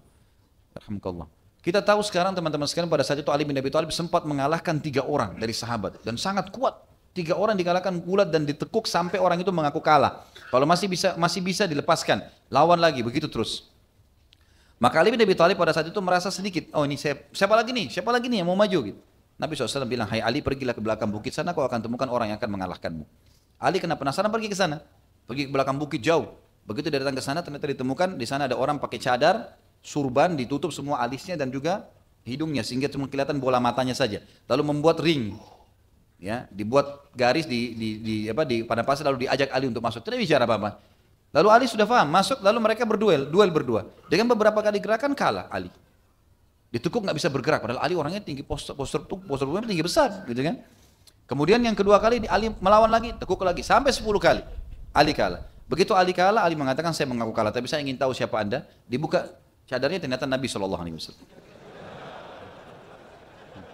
Jadi Nabi SAW ingin menunjukkan kepada Ali, dan ini pendidikan penting dalam masalah nabawiyah. Ya, beliau tidak mempermalukan Ali di depan para sahabat. Ini Ali kau lawan saya, enggak. Untuk membuat Ali supaya tidak, jadi jangan sampai sombong, pergi ke sana di belakang gunung berdua. Dan Nabi SAW tidak tunjukkan kalau dia, supaya Ali tidak malu. Silakan melawan, gitu kan? Begitu kalah, lalu dia tunjukkan kalau dia adalah Nabi SAW. Dan kita tahu juga riwayat sahih yang sudah sering saya jelaskan tentang masalah Rukana, pegulat Jazirah Arab yang sangat kuat, terkenal tidak pernah kalah, dan dia menjual jasa itu. Sering datang ke suku-suku nantang gulat. Kalau dia menang, dia bisa mengambil apa saja yang dia mau dari orang itu. Jadi orang banyak tidak mau gulat sama dia, karena orang tinggi besar kuat. Dia datang kepada Quraisy mengatakan, hai Quraisy, maukah saya permalukan Muhammad untuk kalian? Kata mereka, tentu saja. Lakukan apa saja. Dia bilang, saya akan permalukan, tapi apa yang kalian kasih? Kata orang-orang Quraisy, apa yang kau minta? Dia bilang, saya akan tantang dia gulat. Lalu Rukana pun naik di atas batu lalu berkata, hai Muhammad, Nabi SAW lagi tawaf dengan beberapa sahabat. Dia pikir Nabi pasti tidak mungkin mengiyakan, karena Rukana terkenal orangnya kuat, ya, keras gitu. Maka dia bilang, hai Muhammad, kamu mau saya beriman? Kata Nabi SAW, tentu saja. Dia bilang, kalahkan saya bergulat. Kalau kau kalahkan saya bergulat, saya akan beriman. Dia kaget, tetapi mengatakan, baiklah. Ditantang depan umum, dan ini sifat seorang mukmin, gak boleh lemah depan orang kafir. Ditantang, iyakan saja, gitu kan. Maka dia bilang, iya baik. Rukana tidak sangka turun gulat. Ternyata dengan beberapa gerakan Nabi SAW kalahkan dia. Dan ini menandakan keterampilan yang luar biasa dari baginda Nabi SAW, gitu kan. Dan 2 kali, 3 kali sampai Rukana akhirnya berkali-kali kalah, sudah rasa malu. Dia mengatakan, baik Muhammad, saya mengaku kalah. Tapi saya tidak mau beriman. Sampai pohon ini bicara, ditunjuk pohon kurma. Lalu anehnya di situ, saya sebutkan ini dalam mujizat Nabi SAW. Pohon itu pun akhirnya mengatakan, asyhadu an la ilaha illallah wa anna Muhammad Rasulullah. Pohon bisa syahadat pada saat itu. Dan ini mukjizat Nabi SAW. Tapi kita masuk dalam masalah gulat. Dan ini teman-teman sekalian masuk dalam kata para ulama. Tentu kalau kita rinci satu persatu cukup panjang. Tapi yang jelas kata para ulama, semua mahara ammah, semua keterampilan yang umum, yang sifatnya berolahraga dan bisa melatih fisik. Melatih fisik, maka itu masuk dalam sunnah Nabi SAW. Ya. Tapi di sini tidak masuk teman-teman sekalian dalam masalah olahraga otak, ya. Orang biasa mengatakan catur juga olahraga. Ya. Ini dari mana ini sekarang teman-teman sekarang? Saya mau tanya ini. Ya. Betul nggak orang kalau naik kuda tuh jalannya L? Hah? Ini medan perang, memang begitu jalannya. Hah? Bukan ditebas sama musuh nanti kalau begitu. Luncur itu jalan lurus. Gimana cara bisa lurus ini? Ya, tidak mungkin, miring maksud saya. Ya. Dan seterusnya lah. Ya. Sifat-sifatnya macam-macam di situ. Itu dengan alasan olahraga otak. Olahraga otak. Olahraga otak itu hafal Quran. Hah? Hafal hadis, gitu kan? Menghafal itu olahraga otak itu. Bukan dengan cara seperti itu. Tapi olahraga yang berhubungan dengan kekuatan fisik itu sunnah. Apapun sifatnya. Kata ulama masuk dalam masalah karena semua ini mana, nunggangi kuda, lari, berenang, gitu kan? Ini semua teman-teman sekalian gulat untuk fisik. Berarti larinya ke situ. Dan ternyata kata para ulama, kekuatan fisik yang dilatih itu akan mencerdaskan akal. Hubungannya di situ. Jadi orang kalau sering olahraga itu mencerdaskan pikiran dia karena badannya sehat, otaknya juga akan sehat. Biar dia setengah mati bahasanya dengan olahraga otak kalau fisiknya tidak baik sama saja. Gitu kan? Itu kurang lebih. Baik, kemudian teman-teman sekalian kita pindah ke masalah yang ke-9, adanya fadilah syaja'ah, keberanian. Selain keterampilan harus ada keberanian. Dan ini dalam Islam ditekankan sekali, tidak ada sifat pengecut bagi seorang muslim. Dan kita tahu, lari dari kancah peperangan dosa besar. Dan kita lihat di sini Abu Talha radhiyallahu anhu bagaimana membela Nabi SAW sampai tinggal dia dengan Nabi saja, dia masih memasang tubuhnya untuk menjadi tameng. Gitu kan. Ini keberanian yang luar biasa ini. Sementara banyak sahabat yang sudah meninggalkan Nabi SAW pada saat itu. Tapi dia datang. Dan ini fadilah syaja'ah. Dan kita tahu syaja'ah ini teman-teman atau keperkasaan ya, keberanian ini. Kalau memang dia pada tempatnya, maka itu terpuji. Misal membela agama Allah ya, kita tunjukkan. Dan bukan keperkasaan ini diperlihatkan dari memukul istri misalnya, mukul anak, ya, tunjukin kepada anak kecil ya, atau adik kelasnya, atau dia tindas bawahannya. Ini semua bukan masuk dalam masalah keperkasaan. Memang keperkasaan kata ulama masuk dalam masalah kalau dia membela kebenaran dengan kekuasaan fisiknya, itu keberanian namanya. Itu keperkasaan dan ini sangat terpuji dalam agama Islam. Dan kita tahu di antara doa Nabi SAW, Allahumma inni a'udzubika minal jubni wal bukhl. Ya Allah, jauhkan aku dari sifat pengecut dan pelit. Jadi kita tidak boleh pengecut teman-teman sekalian. Jangan hak kita diambil orang lain lalu kita berikan, tidak. Kalau itu hak kita, kita bela, gitu kan. Semampu kita. Dan kata Nabi SAW, siapa yang meninggal karena membela kehormatannya, mati syahid. Kan gitu. Berarti ada perintah itu. Dan ini fadilah tersendiri. Ini pelajaran yang ke-9 yang bisa kita ambil tentang masalah syaja'ah. Kemudian yang ke-10 teman-teman sekalian adalah mengembalikan segala sesuatu pada ahlinya agar target terpenuhi. Yang saya masukkan sini pelajaran diambil daripada Abu Talha. Waktu lihat perilaku istrinya tadi, menyembunyikan atau menunda pemberitahuan tentang matinya anaknya, dia nggak langsung menghakimi dan memvonis istrinya. Tapi dia kembalikan kepada Nabi SAW, dia mengatakan, kenapa kau biarkan saya makan sampai kenyang dan menikmati tubuhmu, kemudian kamu tidak memberitakan, saya akan lapor ini kepada siapa? Nabi SAW. Artinya, saya mau tahu hukumnya, boleh nggak ini perilakumu ini? Dan ini kembalikan sesuatu pada ahlinya. Nabi SAW juga mengembalikan anak-anak panah, busur-busur panah pada saat ada sahabat yang lewat mendekati Nabi SAW waktu sudah terdesak tadi. Kemudian mereka mau memanah musuh, kata Nabi SAW berikan kepada Abu Talha. Dikasih kepada ahlinya, yang lebih ahli itu lebih menguasai. Kita tahu juga pernah ada sahabat yang mimpi mendengarkan kalimat azan, lalu Nabi SAW suruh ajarkan kepada Bilal. Kata Nabi SAW, karena Bilal lebih indah suaranya daripada kamu. Jadi memberikan pada ahlinya itu penting. Bahkan kata Nabi SAW, kalau kalian mengembalikan perkara bukan pada ahlinya, tunggulah kehancuran. Gitu kan? Jadi harus kita kembali pada ahlinya. Gitu. Ini juga pelajaran. Yang ke-11 teman-teman sekalian adalah pentingnya membawa setiap anak yang baru lahir kepada orang saleh. Agar orang saleh itu mentahniknya. Mengunyah kurma, lalu kemudian membiarkan si bayi itu mengisapnya. Sebagaimana perilaku tadi Abu Talha dan Anas bin Malik yang membawa bayi yang baru lahir yang bernama Abdullah kepada Nabi SAW. Dan ini tradisi para sahabat, gitu kan? Bagaimana mereka membawa kepada Nabi SAW dan Nabi langsung mentahnik, minta kurma ajwa Madinah, mengunyahnya lalu menempelkan di langit-langit bayi tersebut lalu kemudian diisap. Sebagian ulama menentukan mengatakan ini paling baik dikerjakan di masa 7 hari pertama dari masa lahir. Sampai menunggu akikahnya. Dan itu akan membantu dia untuk lebih mudah untuk meminum ASI dari ibunya, menguatkan fisiknya karena kurma sangat sehat. Ini diantaranya. Dan juga orang soleh itu memberikan dia nama, sebagaimana Nabi SAW memberikan nama. Jadi bukan cuma tahnik, minta nama yang baik. Maka Nabi SAW berikan nama Abdullah. Dan juga minta agar orang itu mendoakan sebagaimana Nabi SAW mendoakan Abdullah. Dan akhirnya Abdullah diberkahi oleh Allah hidupnya, diberikan dikarunia 9 orang anak laki-laki, semuanya juga hafal Al-Quran. Selain Abdullah sendiri juga begitu. Yang ke-12 teman-teman, bolehnya perempuan ikut jihad. Sebagaimana tadi penyampaian Anas bin Malik tentang kehadirannya Ummu Sulaim dengan Aisyah radhiyallahu anha ajma'in, di mana mereka membawa air, perang lagi berkecamuk, mereka bawa air memberikan kepada para mujahidin supaya minum. Berarti boleh mereka hadir di situ, gitu kan? Boleh mereka hadir di kancah peperangan. Kemudian yang ke-13 teman-teman sekalian, fadilah bersedekah di jalan Allah, dan usahakan dalam bersedekah itu memberikan yang termahal dan yang terbaik. Karena Allah akan membalas sesuai dengan kadar niat seseorang, dan Allah akan membalasnya tanpa hisab. Seperti kasus tadi, Abu Talha memberikan tanah atau kebun kurmanya di Bayruha yang dikenal dengan sangat mahal dan sangat bagus, lalu kemudian dia infakkan jalan Allah sampai Nabi SAW mengatakan inilah harta yang menguntungkan. Dan ingat juga kisah Abdullah bin Mas'ud yang pernah kita sampaikan, kata beliau pesan yang sangat penting bagi kita semua, siapa yang bisa meletakkan hartanya di langit sehingga tidak terjangkau oleh pencuri dan tidak terjangkau oleh rayap, maka lakukanlah. Maksudnya sedekahlah. Disimpan sama Allah di langit kok itu. Tidak akan dicuri pencuri, tidak akan juga dimakan oleh rayap. Ini bahasa yang sangat santun dan membuat orang atau motivasi orang untuk melakukan sedekah. Dan ingatlah teman-teman sekalian, sedekah hanya akan mendatangkan terbukanya pintu rezeki. Hanya akan terbukanya pintu rezeki. Yang ke-14, fadilah orang menjadi kaya dalam Islam. Karena Abu Talha orang kaya raya. Dan kita tahu banyak sahabat menjadi kaya. Dan kalau ada pertanyaan, apakah saya disuruh jadi orang kaya dalam Islam? Jawabannya iya. Bagaimana? Kata kuncinya sederhana. Ikhlaskan niat ingin mencari nafkah, kemudian perhatikan 3 hal sekaligus berentetan. Modalnya halal, sistemnya halal, produknya halal. Selebihnya yang kelima, tawakal kepada Allah. Maka dipastikan akan Allah bukakan rezekinya. Dan ini menjadi orang kaya penting. Saya mengajak seseorang sholat di masjid, saya dapat pahala 10 misalnya. Orang yang saya ajak sholat bersama saya, dia juga dapat 10. Tapi karena saya yang ajak dia, maka saya akan dapat pahala 10 lagi seperti dia tanpa dikurangi pahala dia, karena saya yang ajak.